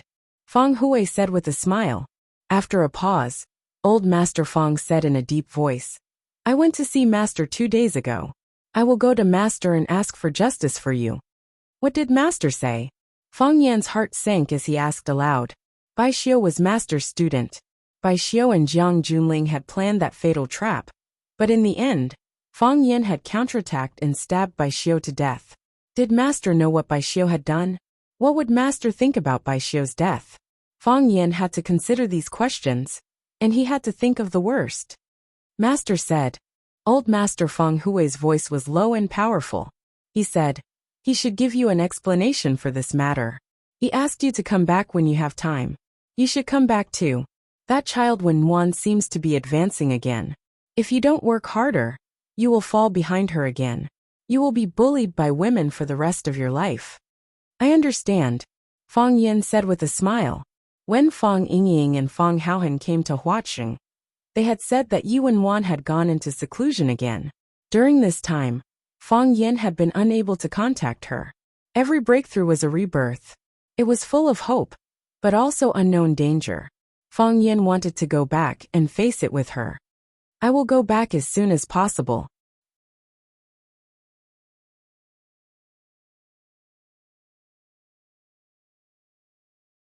Chapter 620. Every moment in the business world will not repeat itself. The next Bill Gates will not develop an operating system, and the next Larry Page or Sergey Brin will not research on search engines. The next Mark Zuckerberg will not create a social network. You have a better starting point. You have better resources. And you are much richer and stronger than they were when they started. Why must you make a cell phone? When Jiang Shangxin heard Lu Chaoge say that Chaoyan Technology wanted to make its own cell phone brand, she looked at her in disbelief and said, "The competition in the cell phone market is intense now, and more than 90% of the market is occupied by cell phone giants like Apple, Samsung, and Xiaomi. How much effort will you have to put in as a newcomer? How much attention can you attract? There are countless people who want to overthrow the hegemons, but almost all of them have been wiped out. You could have done something that changed the world." From 0 to 1, Lu Chaoge said. This is the business logic of Peter Thiel, the founder of PayPal, and the first external investor of Facebook. He is the greatest investor, and he believes that innovation is not from 1 to n, but from 0 to 1. Are you his believer? Yes, this is a great person, and he always wants to do something that will change the world. He believes that the greatest mediocrity is imitation. Jiang Shangxin did not hide her admiration and respect for that venture capital emperor. She said, "So he did it. He became a god in the hearts of countless entrepreneurs. You should be such a person, and not repeat the same things as those mediocre people. You have the Chaoyan Empire, and you have a technological killer like the Rubik's Cube. How much technology can a cell phone have? No matter how great those cell phone manufacturers are, they are only at the level of technology that those small factories in Shin City can achieve. Even the standby time is longer than those branded phones. I think it is a waste of resources for you to make a cell phone." Lu Xiaoge held onto the fragrant tea in his hands and looked at Jiang Shangxin with a smile on his face. He said, "Grim Gale once said that from the perspective of practical economics, an enterprise must first survive before it can think about innovation. But your business is already doing very well, and you don't lack money at all." "No, it is not strong enough." Lu Chaoge's voice was gentle, but there was a burning ambition in her eyes. "I said that I want to make a strong business empire, and I want it to be the strongest backing. Everyone in the world needs a cell phone, and I will not let go of this market. I know that Apple and Samsung are very strong, and I know that they have occupied more than 90% of the market. But no matter what, I am willing to fight for it." Jiang Shangxin stared at Lu Xiaoge with a burning gaze and asked, "Everything that you have done is for Fang Yan, right?" Lu Chaoge took a sip of tea and said with a smile, Lu Chaoge said, "Fang God. For others, for myself, this is what I want to do, what I am willing to do. We have to chase after something in life. Making Chao Yan the most powerful business empire is my life's pursuit." Jiang Shangxin nodded her head seriously and said, "Yes, it feels so good to work hard for your dreams. Have you made up your mind?" "What?" Lu Xiaoge looked at Jiang Shangxin in confusion. "If you have made up your mind, bring me along," Jiang Shangxin said. "I don't want to miss the birth of a great cell phone, no matter if I invest in Longta Group or in my own name." Lu Chaoge extended his hand to Jiang Shangxin and said, "Welcome." Jiang Shangxin shook Lu Chaoge's hand and said, "So, have you thought of a name for the cell phone that is going to turn the world upside down?" Lu Chaoge shook her head and said, "I haven't decided yet." "I have a suggestion," Jiang Shangxin said. Fang Yan happened to come downstairs and saw Lu Chaoge and Jiang Shangxin shaking hands and chatting happily. He smiled and said, "Did I see something that I shouldn't have?" Jiang Shangxin then let go of Lu Chaoge's hand and asked Fang Yan, "What kind of content do you want to see?" Tell us, we might be able to satisfy you. Lu Chaoga blushed. She didn't want to explain anything, and just lowered her head to drink her tea. The moment Fang Yan imagined the scene of Shang Xin and Lu Zhaoga tearing each other apart and rolling around, he felt as if his nose was going to bleed profusely. He switched the channel hurriedly and sat down opposite Shang Xin. Why are you here? Jiang Shangxin was very dissatisfied with Fang Yan's question. She looked at Lu Chaoga and said, Sister Lu, Fang Yan doesn't welcome me. Lu Chaoga rolled her eyes at Fang Yan and scolded him for talking nonsense. She comforted Jiang Shangxin and said, Treat this place as your home. Come and talk to me when you have time. Sister Lu is so hospitable, much better than some people, Jiang Shangxin said with a smile. Fang Yan was secretly surprised. Based on his understanding of these two women, this was the first time that they were sitting so close to each other and chatting. In such a short time, they were already addressing each other as sisters? They didn't like each other in the past. You couldn't wait to fall out with me, and I couldn't wait to scratch one of your eyes, okay? Women's feelings were really inexplicable and frivolous. Lu Chaoga placed the teacup on the coffee table and said to Fang Yan, Shangxin and I have already discussed it. We will each make 2 of our specialties, and we need someone to make a soup. Fang Yan nodded and said, I will call Fang Yingying in. His tomato and egg soup is very good. Sister Lu said that the fish soup you make is the best. Jiang Shangxin squinted her eyes at Fang Yan and said, Mr. Fang, we are so busy doing this, and that because of you. It shouldn't be a problem for you to make a bowl of soup to reward us, right? Both of you have already discussed it. Do I still have a chance to reject? Fang Yan said with a bitter smile. Jiang Shangxin made 2 dishes, crispy pork ribs and fried bean skin with oil. Lu Chaoga made her specialties, steamed fish with black bean sauce and tofu with spring onions. Fang Yan made a fish soup. During the meal, Fang Yingying would come in from time to take a look. He would praise Lu Chaoga for being more beautiful than 2 hours ago, and Jiang Shangxin for having such an outstanding temperament. He would even go against his conscience and say that Fang Yan was gentle, generous, and a good uncle master. Of course, Fang Yan still chased him out. There were a total of 4 dishes and 1 soup. He would only be 80% full even if he ate all of them. If he came in, Qining might also shamelessly follow him in. If the 2 of them were to clean up the place, what would the others eat? After the meal, Lu Chaoga cleared the dishes and Fang Yan accompanied Jiang Shangxin for a walk in the backyard. Jiang Zhuliu's secretary is now my subordinate. With her help, I can quickly understand the internal situation of the Longta group. I have talked to all the senior management in the group and roped in a group of people. I have also warned and dealt with a group of people. I have already taken a preliminary control of the situation. Now the work of the Longta group is being carried out in an orderly manner. Jiang Shangxin reported some of the affairs of the group to Fang Yan. However, I am worried about the counterattack of the others. You also know that the Jiang family and the Lan family have just made a large-scale investment in the Longta group. They still hold a large share of the shares, although the ratio of the shares held by both of us is the dominant one. If they want to do something, it will still be very disadvantageous to the Longta group. Fang Yan looked at Jiang Shangxin's thin-side profile. He had pushed this woman to a prominent and dangerous position. She had managed to control such a complicated situation in a short period of time. He had to admit that she was extremely strong in terms of temperament and ability. Given time, she would probably become another all-powerful business leader. You don't have to worry about the Lan family, Fang Yan said. Jiang Shangxin's eyes were filled with joy. She said, Have you settled the discussion with the Lan family? Fang Yan shook his head and said, I have not discussed it with the Lan family.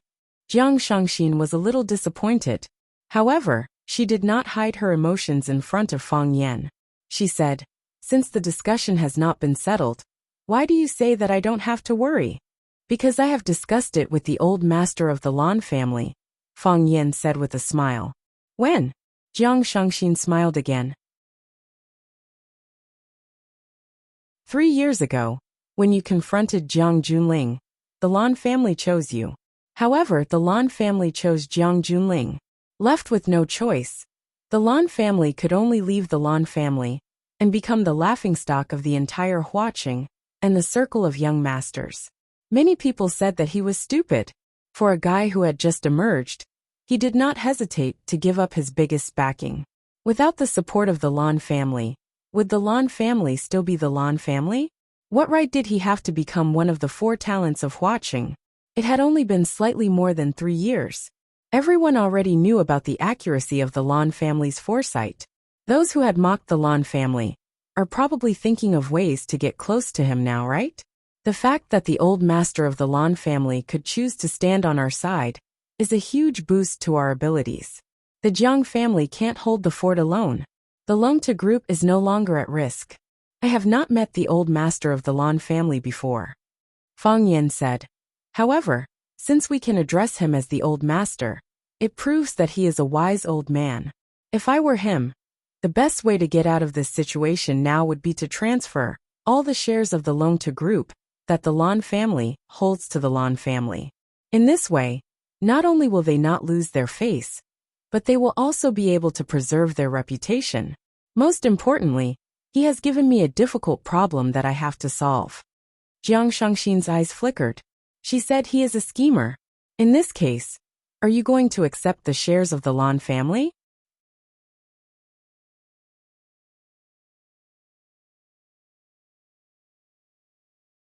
Chapter 621.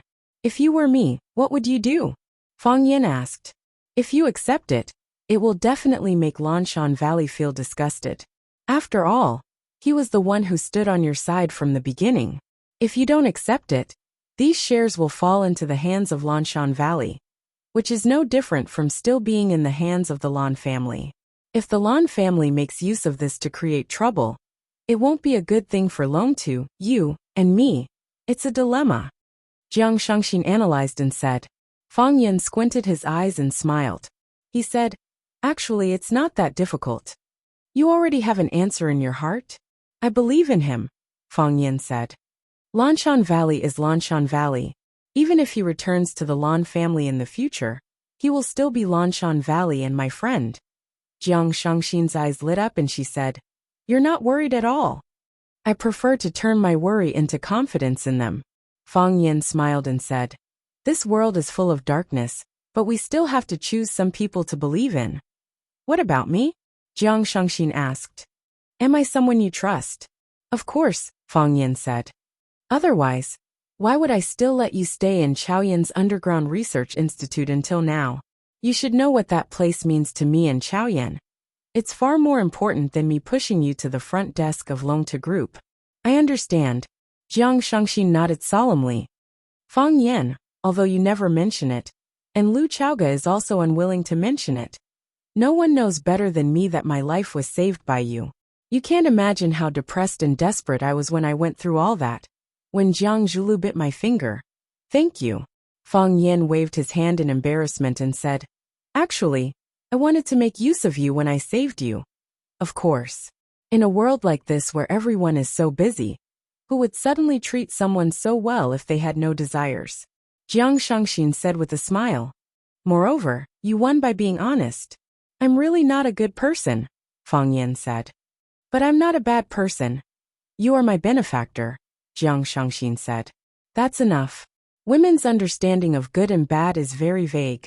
What they care more about is, to her, what kind of person you are.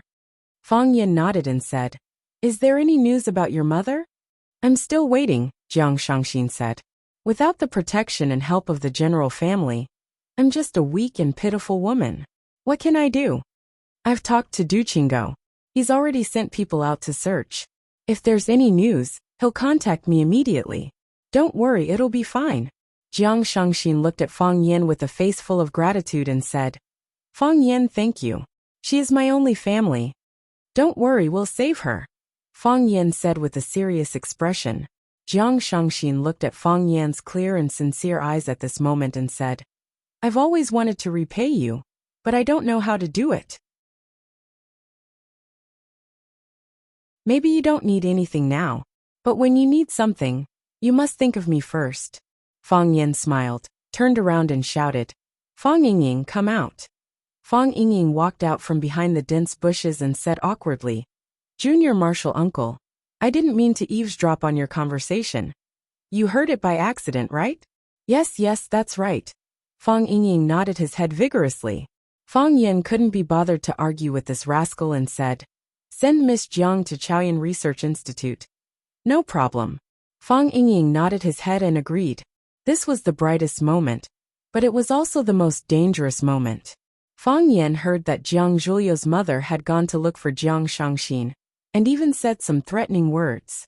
He didn't want anything to happen to Jiang Shangxin, as it would ruin his overall plan. No one was more suitable than Jiang Shangxin to help him control the Longta group. Even Lu Chaoga wasn't as legitimate as her. "Fang Yan, the fish soup you make is very delicious," Jiang Shangxin said. "I'll come and try your cooking when I have time." "Just once or twice a year," Fang Yan said. "I don't usually cook. Sister Lu said that you cook often." Seeing that Fang Yingying had driven Jiang Shangxin away, Fang Yan returned to the living room and saw that Lu Chaoga was washing the dishes in the kitchen. Fang Yan rolled up his sleeves and said, "Let me do it. A woman's hands are delicate. It won't look good if they get hurt by the detergent." Lu Chaoga rejected him and said, "I'm wearing gloves, it's fine." "You agreed to make a cell phone with her?" Fang Yan looked at Lu Chaoga and asked. "Since she wants to join us." Lu Chaoga turned to look at Fang Yan and said, "Why should we reject her? She is a capable woman, she can help you. Most importantly, I can tell that she really wants to help you.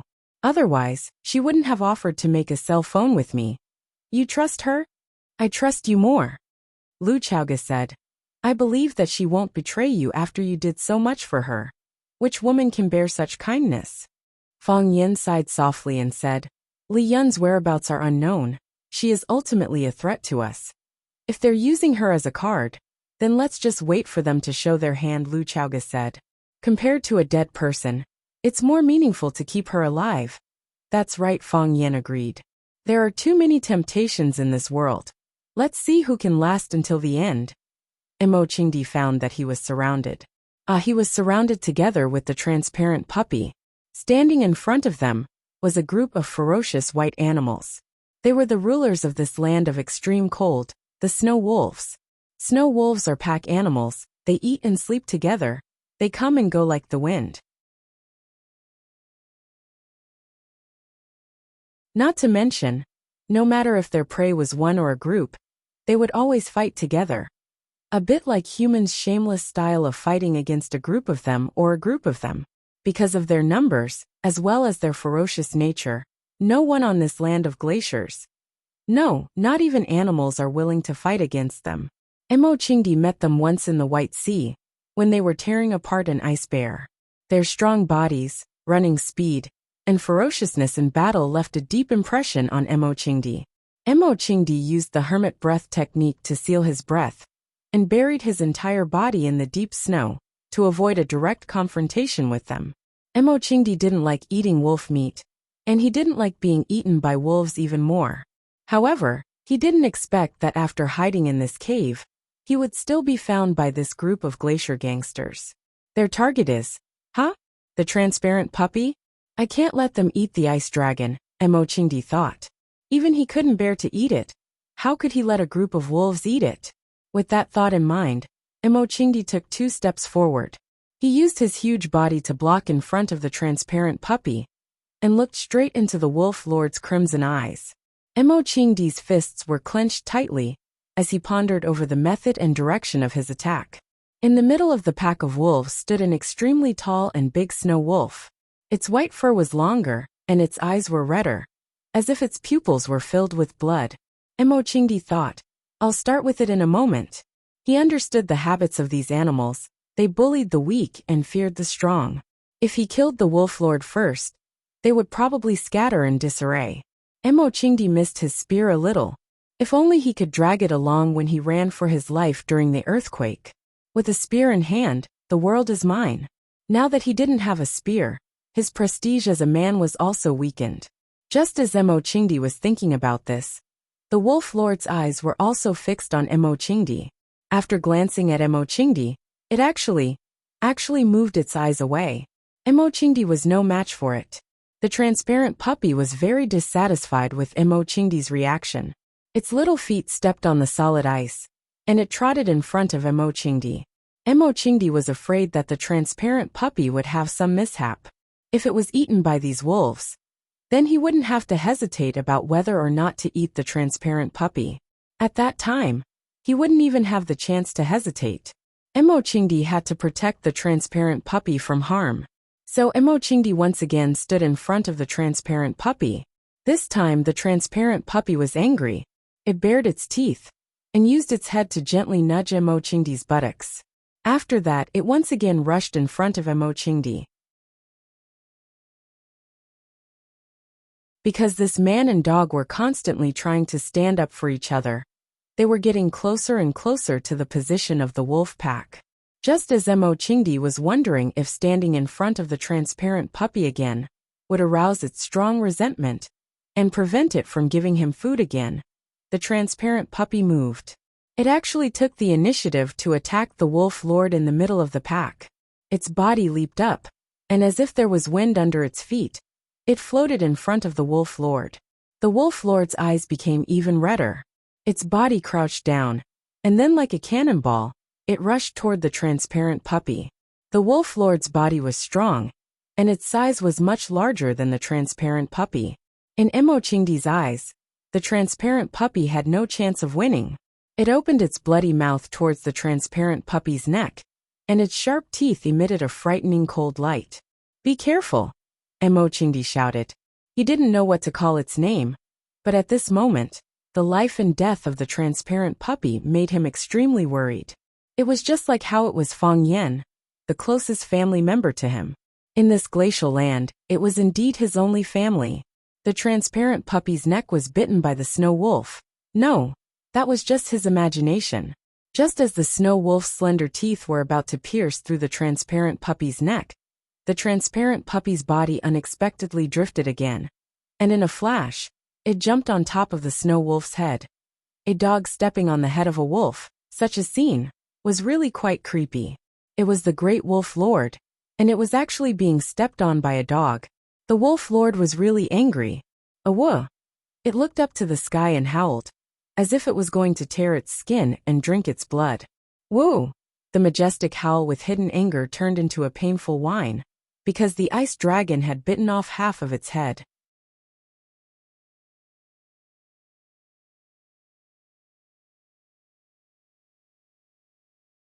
Chapter 622. The whole body of the puppy was translucent, and its snow-white skin looked like it would crack at the slightest touch. Its eyes were so innocent, and its body was so thin and weak.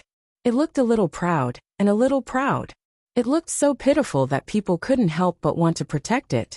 It was obviously the little submissive dragon of the ice dragon world. If it was a dog, then it would be a little submissive dog. The roar at the front turned into a sad whine at the back. The huge body of the Wolf King, which was majestic and arrogant a moment ago, fell to the ground. The change in style was too fast for people to accept. Half of the Wolf King's head was in the sharp mouth of the little transparent dog. When the Wolf King fell to the ground, the dog had already floated in front of Emochingdi like a gust of wind. The little transparent dog spat out the Wolf King's head in disgust, and used its tongue to roll up a ball of ice and snow on the ground, and put it in its mouth. After it spun a few rounds, it actually spat it out with a pu sound. It actually knew how to rinse its mouth. Emochingdi blushed. He couldn't brush his teeth after coming to this land of glaciers. Every day, he just grabbed a handful of ice and chewed it in his mouth. He felt that he was not as clean as the little transparent dog. Ice Dragon turned his head to look at Emochingdi with a smug look on his face. It spat at Emochingdi, as if to say, "Look how powerful I am." Emochingdi's mouth twitched, but no words came out. Defeating the Snow Wolf King in one round, it certainly had the right to show off. The tragic death of the Wolf King immediately made the wolves restless. They retreated in unison, staring fiercely and vigilantly at the little transparent dog in front of them. Awooh! Soon, another huge snow wolf walked to the center of the pack, letting out a long howl. Hearing its howl, the pack of snow wolves also howled. They had chosen a new Wolf King. The new Wolf King pounced, and chewed off half of the head of the previous wolf king that the little transparent dog had spat out. With a mouthful of blood, it howled again. Its hind legs were bent, and its body was bent back, as if it could pounce on the prey in front of it at any time. At the same time, the other wolves also bent their hind legs to attack. They were ready to unleash their shameless nature and carry out the wolf pack tactics that they had always won. The transparent dog bit the wolf king to death in a single round, displaying its extraordinary combat ability. However, there were close to 100 snow wolves in the surroundings, and the little transparent dog seemed to be alone. Mo Qing clenched his fists and prepared to fight alongside the transparent puppy. The transparent puppy was not afraid at all. Not only did it not retreat, but it also took the initiative to take 2 steps towards the wolves. It opened its mouth and sneezed violently. Hoochie! A gust of wind blew past, but there was no so-called dragon breath. Mo Qing was a little disappointed. Was this really an ice dragon? The transparent puppy was obviously a little embarrassed as well. It turned around and glanced at Mo Qing again. It opened its mouth and suddenly, a thunderous sound came from its throat. A whoa! The wind howled and snow flew everywhere. His voice was like a great bell, resounding through the entire glacier land. Hearing this extremely shocking voice, the Wolf King's eyes were filled with fear, and he couldn't help but take a step back. As the Wolf King retreated, the pack of wolves followed suit. Whoosh! The transparent puppy was impatient, and it took the initiative to pounce on the Wolf King. Its body stretched out like a dragon, and its movements were as fast as lightning. The transparent puppy seemed to have the ability to ride the wind, and its body kept floating in the air. However, every time it fell, it would tear a snow wolf into pieces. The transparent puppy, no, the ice dragon had activated its killing mode. The fresh blood made the snow wolf's eyes even redder, and the transparent puppy's fierceness enraged the wolves. They surrounded the little transparent dog, pouncing forward and launching death charges again and again. Mo Qing stood there very leisurely and very dispirited. There was no one else in his eyes, only the ice dragon. The wolves regarded the transparent puppy as their only opponent. As for Mo Qing, he was only a companion after the victory. Buying 2 pounds of lean meat, they would also give you a piece of pig's offal. In the eyes of the wolves, after killing the transparent puppy, would they still be afraid that Mo Qing would run away? I am the Azure Dragon, the overlord of mankind. Mo Qing thought in his heart, feeling wronged. The battle was over very quickly, when the transparent puppy killed the new Wolf King, and tore apart the thick fur and hard flesh of dozens of snow wolves. The pack of snow wolves finally collapsed. The first snow wolf ran away, and then more and more wolves left the battle. When the last wounded snow wolf fell to the ground with half of its face bitten off by the transparent puppy, there were no more snow wolves left standing on the ground. The blood of the wolves dyed the glacial ground red, and the corpses of the wolves were scattered everywhere. The transparent puppy stood in the middle of the battlefield, with the posture of a god of slaughter. Mo Qing sighed softly. This was the demeanor of a divine dragon. The transparent puppy turned its head, and walked step by step to stand in front of Mo Qing. Mo Qing stared into its eyes, and suddenly felt that the transparent puppy was no longer the transparent puppy he knew when he first met it. It had grown up, and become a real dragon. Ice dragon.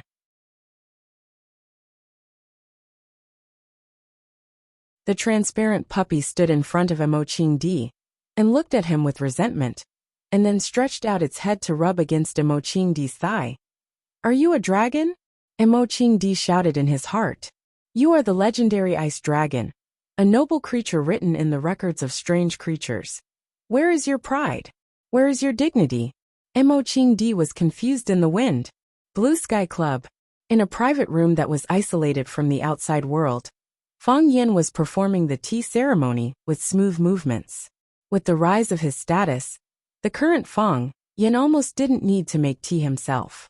No matter which club he went to, there would be a professional tea master standing by his side to serve him. Today, Fang Yin was in a good mood, so he took the job from the tea master and brewed a pot of good tea himself to share with his friends.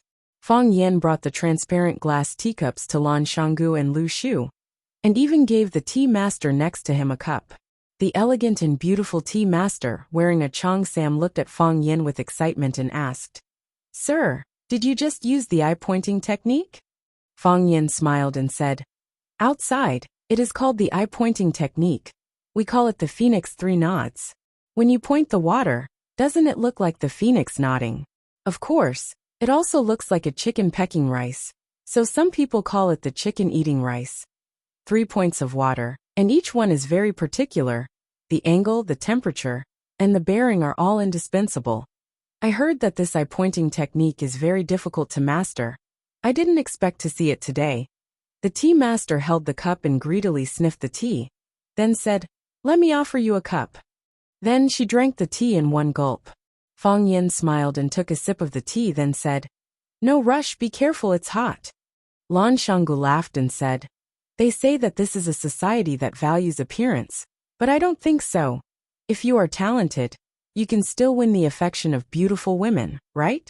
Hope, don't you think that young Master Fang is very powerful? He's not married yet. Do you want me to help you two get together?" The tea master blushed and said coquettishly, "Young master, don't laugh at me. Hope's beauty is ordinary. How can she be a good match for Mr. Fang? He likes tea. You also like tea. You are people of the same mind. How can you say that you are not a good match?" Lan Shanggu said teasingly, "I can see that Hope really likes our young Master Fang. Listen. She only said that her beauty is ordinary, and she is afraid that she is not a good match for Mr. Fang. If she is a good match, she is very willing to be a good match." Zhao Shiji took the initiative to pour tea for the people in front of her, then said, "You guys talk, I'll go out first." After saying that, he hurriedly ran out. Women are the best mediators. After joking around with Zhao Shiji for a while, the atmosphere in the room suddenly became relaxed and cheerful. Lan Shanggu held the teacup and carefully sipped it, then said, "Young master, I don't know much about tea, but I have drunk countless tea, but I have never drunk this kind of tea. The leaves look ordinary, but the taste of this tea is the best I have ever tasted. It is the best tea I have ever tasted." Fang Yen smiled and said, "This is ambergris. It is not famous in the outside world, but it is a first-class tea. How can such a good tea not be famous?" Lan Shanggu asked strangely, "I will find someone to collect some, and in the future, I will specially provide it to the customers of the Blue Mountain Club." Fang Yen shook his head and said, "No need. Why? There are only 3 mature dragon trees in the world. One is inside the Red Wall. The other 2 are in the Taoist temple. Don't even think about the one inside the Red Wall. There are countless eyes watching it. Not enough. As for the 2 in the Taoist temple, don't even think about it. If anyone dares to touch their dragon tree, those old Taoist priests will fight them to the death. Maybe before you even touch the dragon tree, you will be thrown into the deep valley. It really is the best in the world." Lan Shanggu sighed and said, "Unfortunately, I don't have the luck to see it. I have never seen a dragon tree before. I only stole a little bit of ambergris tea from the Taoist priests. I thought you might not have seen it, so I brought it out for you to try. Isn't this harming people?" Lan Shanggu smiled bitterly and said, "After drinking this ambergris tea, how can other tea be tasted? If I knew this would happen, I wouldn't have drunk it and just drank my big leaf tea. There is no difference if there is no comparison after all." Fang Yen smiled and said, "If you really like it, I will think of a way to get more for you." No. Lan Shanggu hurriedly waved his hand. "This thing is addictive. The more I drink, the more I get addicted. If I get addicted, and young Master Fang suddenly stops giving it to me, then wouldn't my life be worse than death? That's why I don't want something that I can't handle. Young Master Fang, don't you think this makes sense?"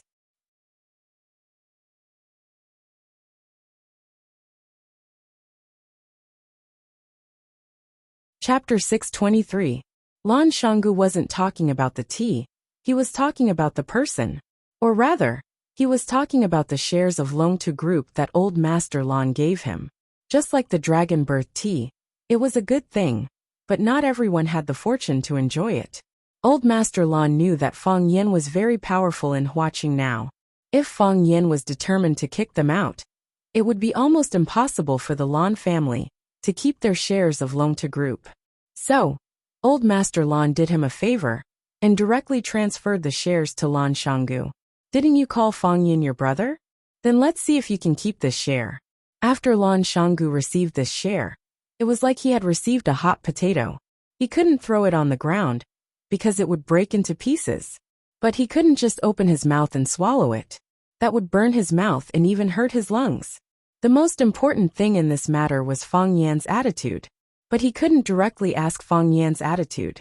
If that was the case, wouldn't he be treating Fang Yan as a narrow-minded person?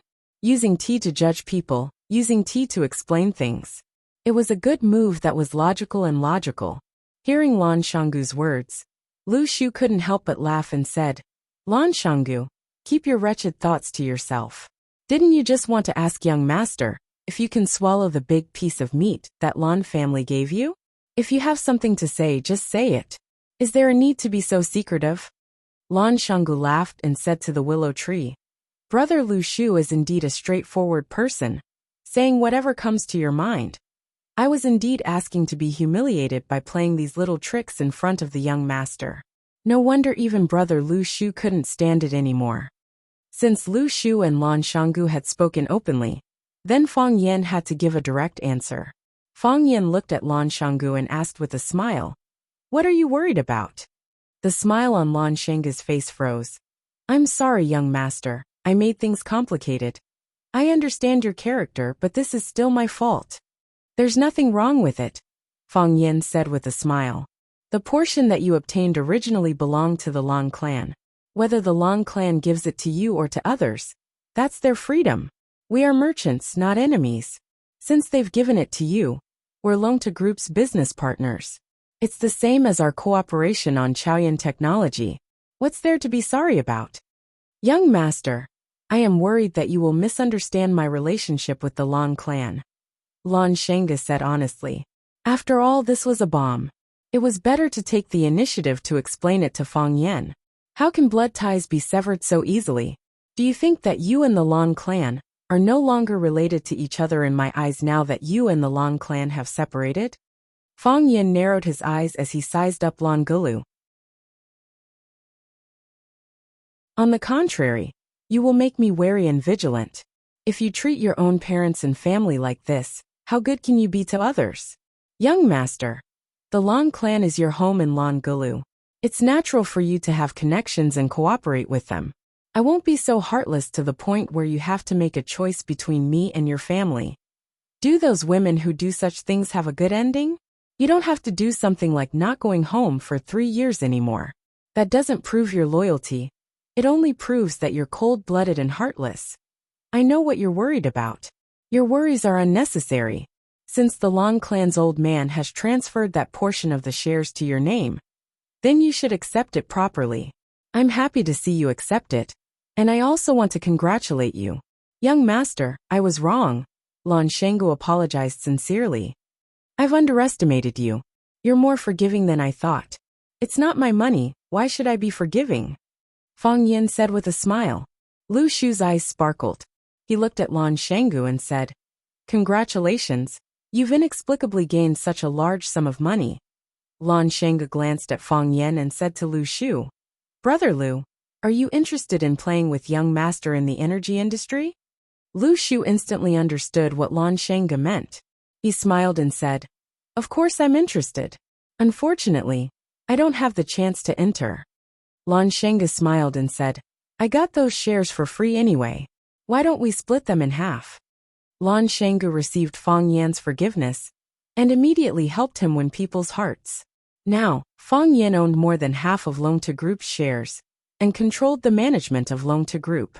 Lan Shanggu received the Lan clan's gift and became Fang Yan's partner again.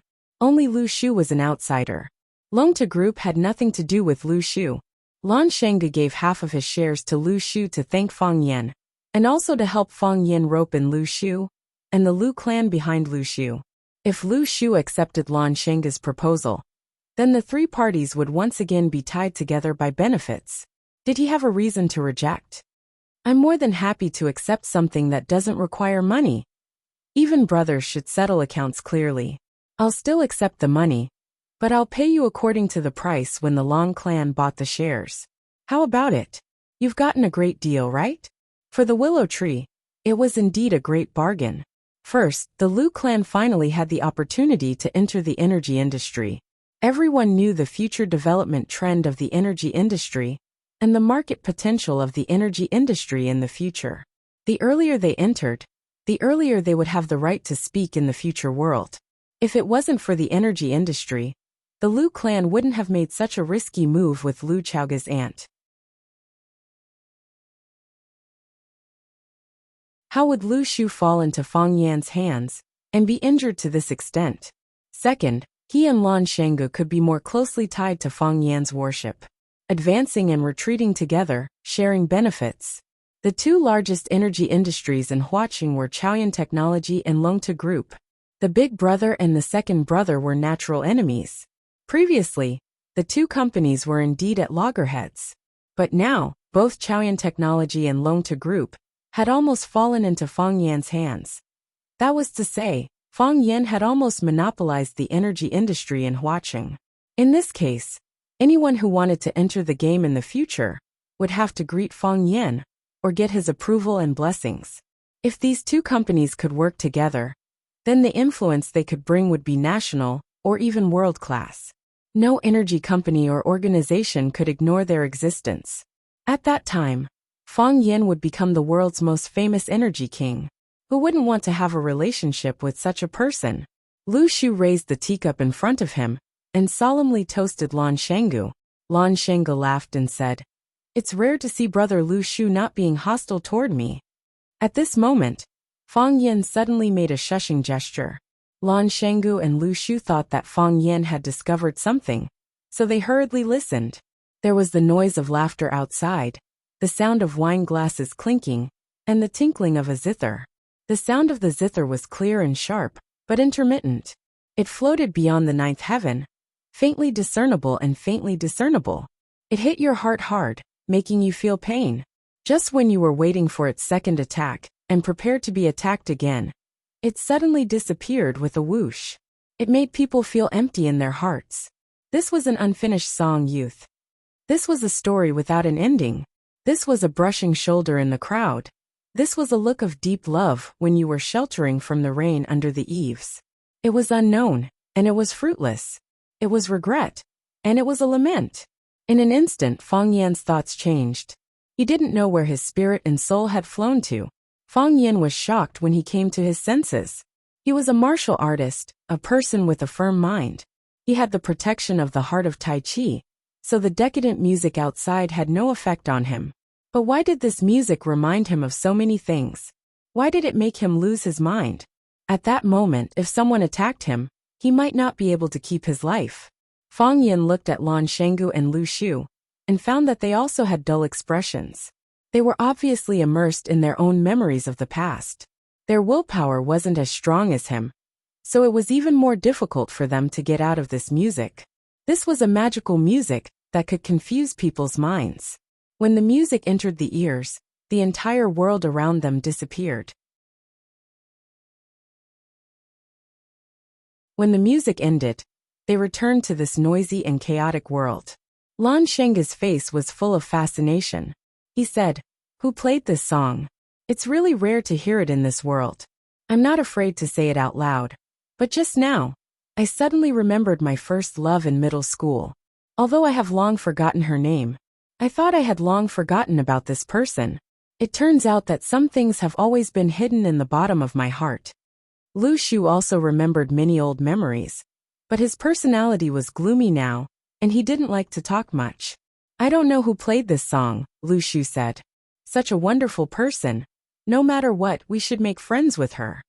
Lan Shanggu nodded and said, "I really don't know when the Blue Mountain Club recruited such a brilliant musician. Wait a moment, I'll find someone to ask." "No need," Fang Yan said. Lan Shanggu and Lu Shu looked at Fang Yan curiously. Lan Shanggu asked, "Master, you're not interested in her?" "I already know who it is." Fang Yan said, "Only her music can make people's souls leave their bodies and become intoxicated. I can hear the celestial music, but I can't see the celestial being. You're tuning in to the Lee May's Sword of Destiny YouTube channel. We're so grateful for your support, and don't forget to subscribe to join us on this incredible journey through captivating stories. Your generosity through donations truly makes a world of difference, as it's the primary source of revenue that allows me to expand and enhance this channel for you. Thank you from the bottom of my heart for being a part of this adventure.